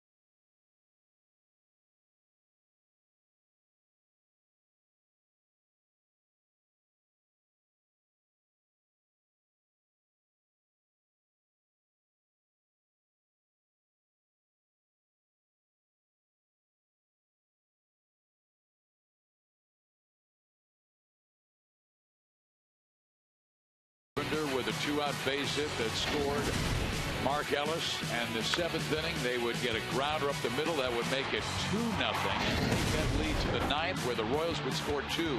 1 on a strikeout. They didn't score a run, but that set the stage when the wild pitch allowed Hosmer to reach, and the Royals would get even on this base hit by Lorenzo Cain. Oh, that was nice.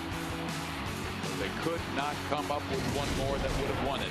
And in the 11th, the star of the show, Matt Carpenter, with his 5th hit, breaks the 2-2 tie. He would make it 3-2, and then Alan Craig added 2 more with an RBI single to right. Wong stays in the game to play second base, and Neshek will be asked to close it. John Jay in left field. Sinker slider change. Pretty funky. He's got an unorthodox delivery, they call that. Siriaco came on to pinch run for Billy Butler, who had singled in the 9th, and Siriaco would score the run that tied the game. You can't teach that windup and delivery there.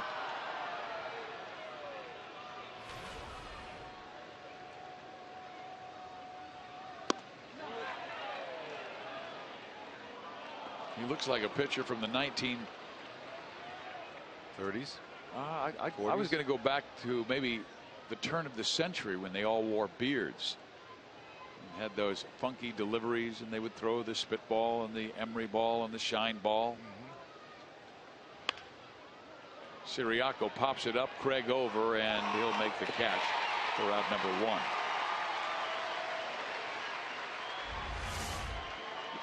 Just check him out. That's what the hitter's looking at here.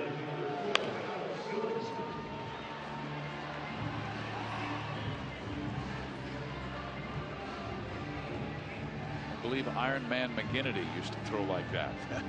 That is funky. I mean, back at the turn of the century, from the 1800s to the 1900s, guys threw underhanded, and they would throw 18 innings, both games of a doubleheader.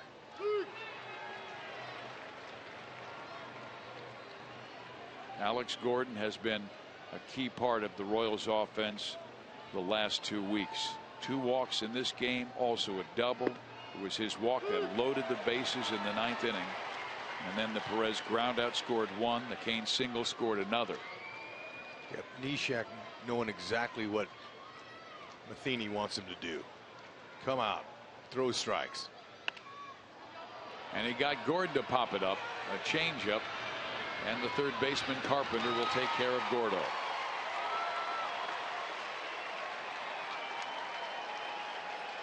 Tomorrow night it will be another outstanding opportunity to watch the Royals and the Cardinals play with 2 talented young right-handers in the mound. Yordano Ventura for Kansas City, Michael Wacha, the Hill for St. Louis. Final game of the I-70 series. Brett Hayes with a couple of hits this year. He started the year 0 for 27, then got a single, then got a home run.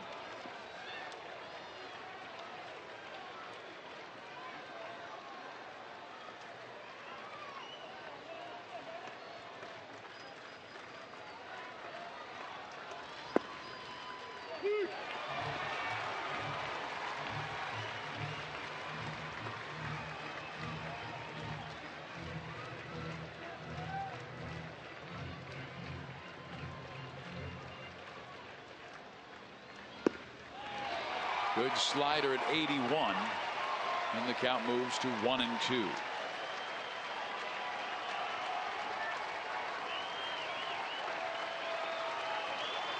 This would be Neshek's first save of the year.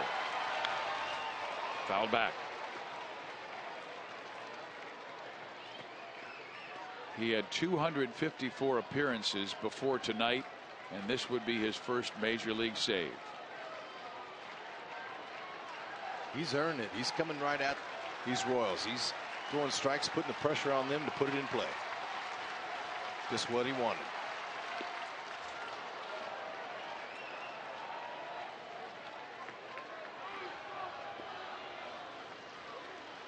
Been a long night for Yachty back there.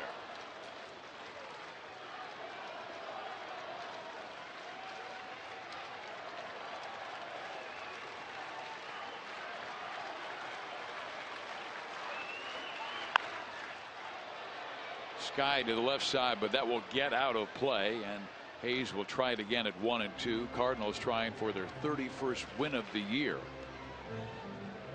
Started the night 5 games back of Milwaukee. The Royals 5 games back of Detroit. Tigers lost tonight 8-2 to the Toronto Blue Jays, and well, the Tigers are reeling right now. They have lost 8 of their last 11.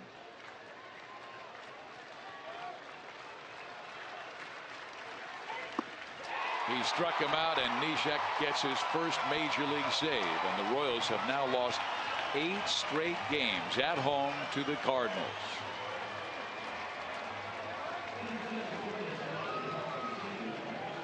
Carpenter was the absolute sensation in this game with 5 hits, 3 singles, 2 doubles, including the game-winning hit in the 11th inning off Kelvin Herrera.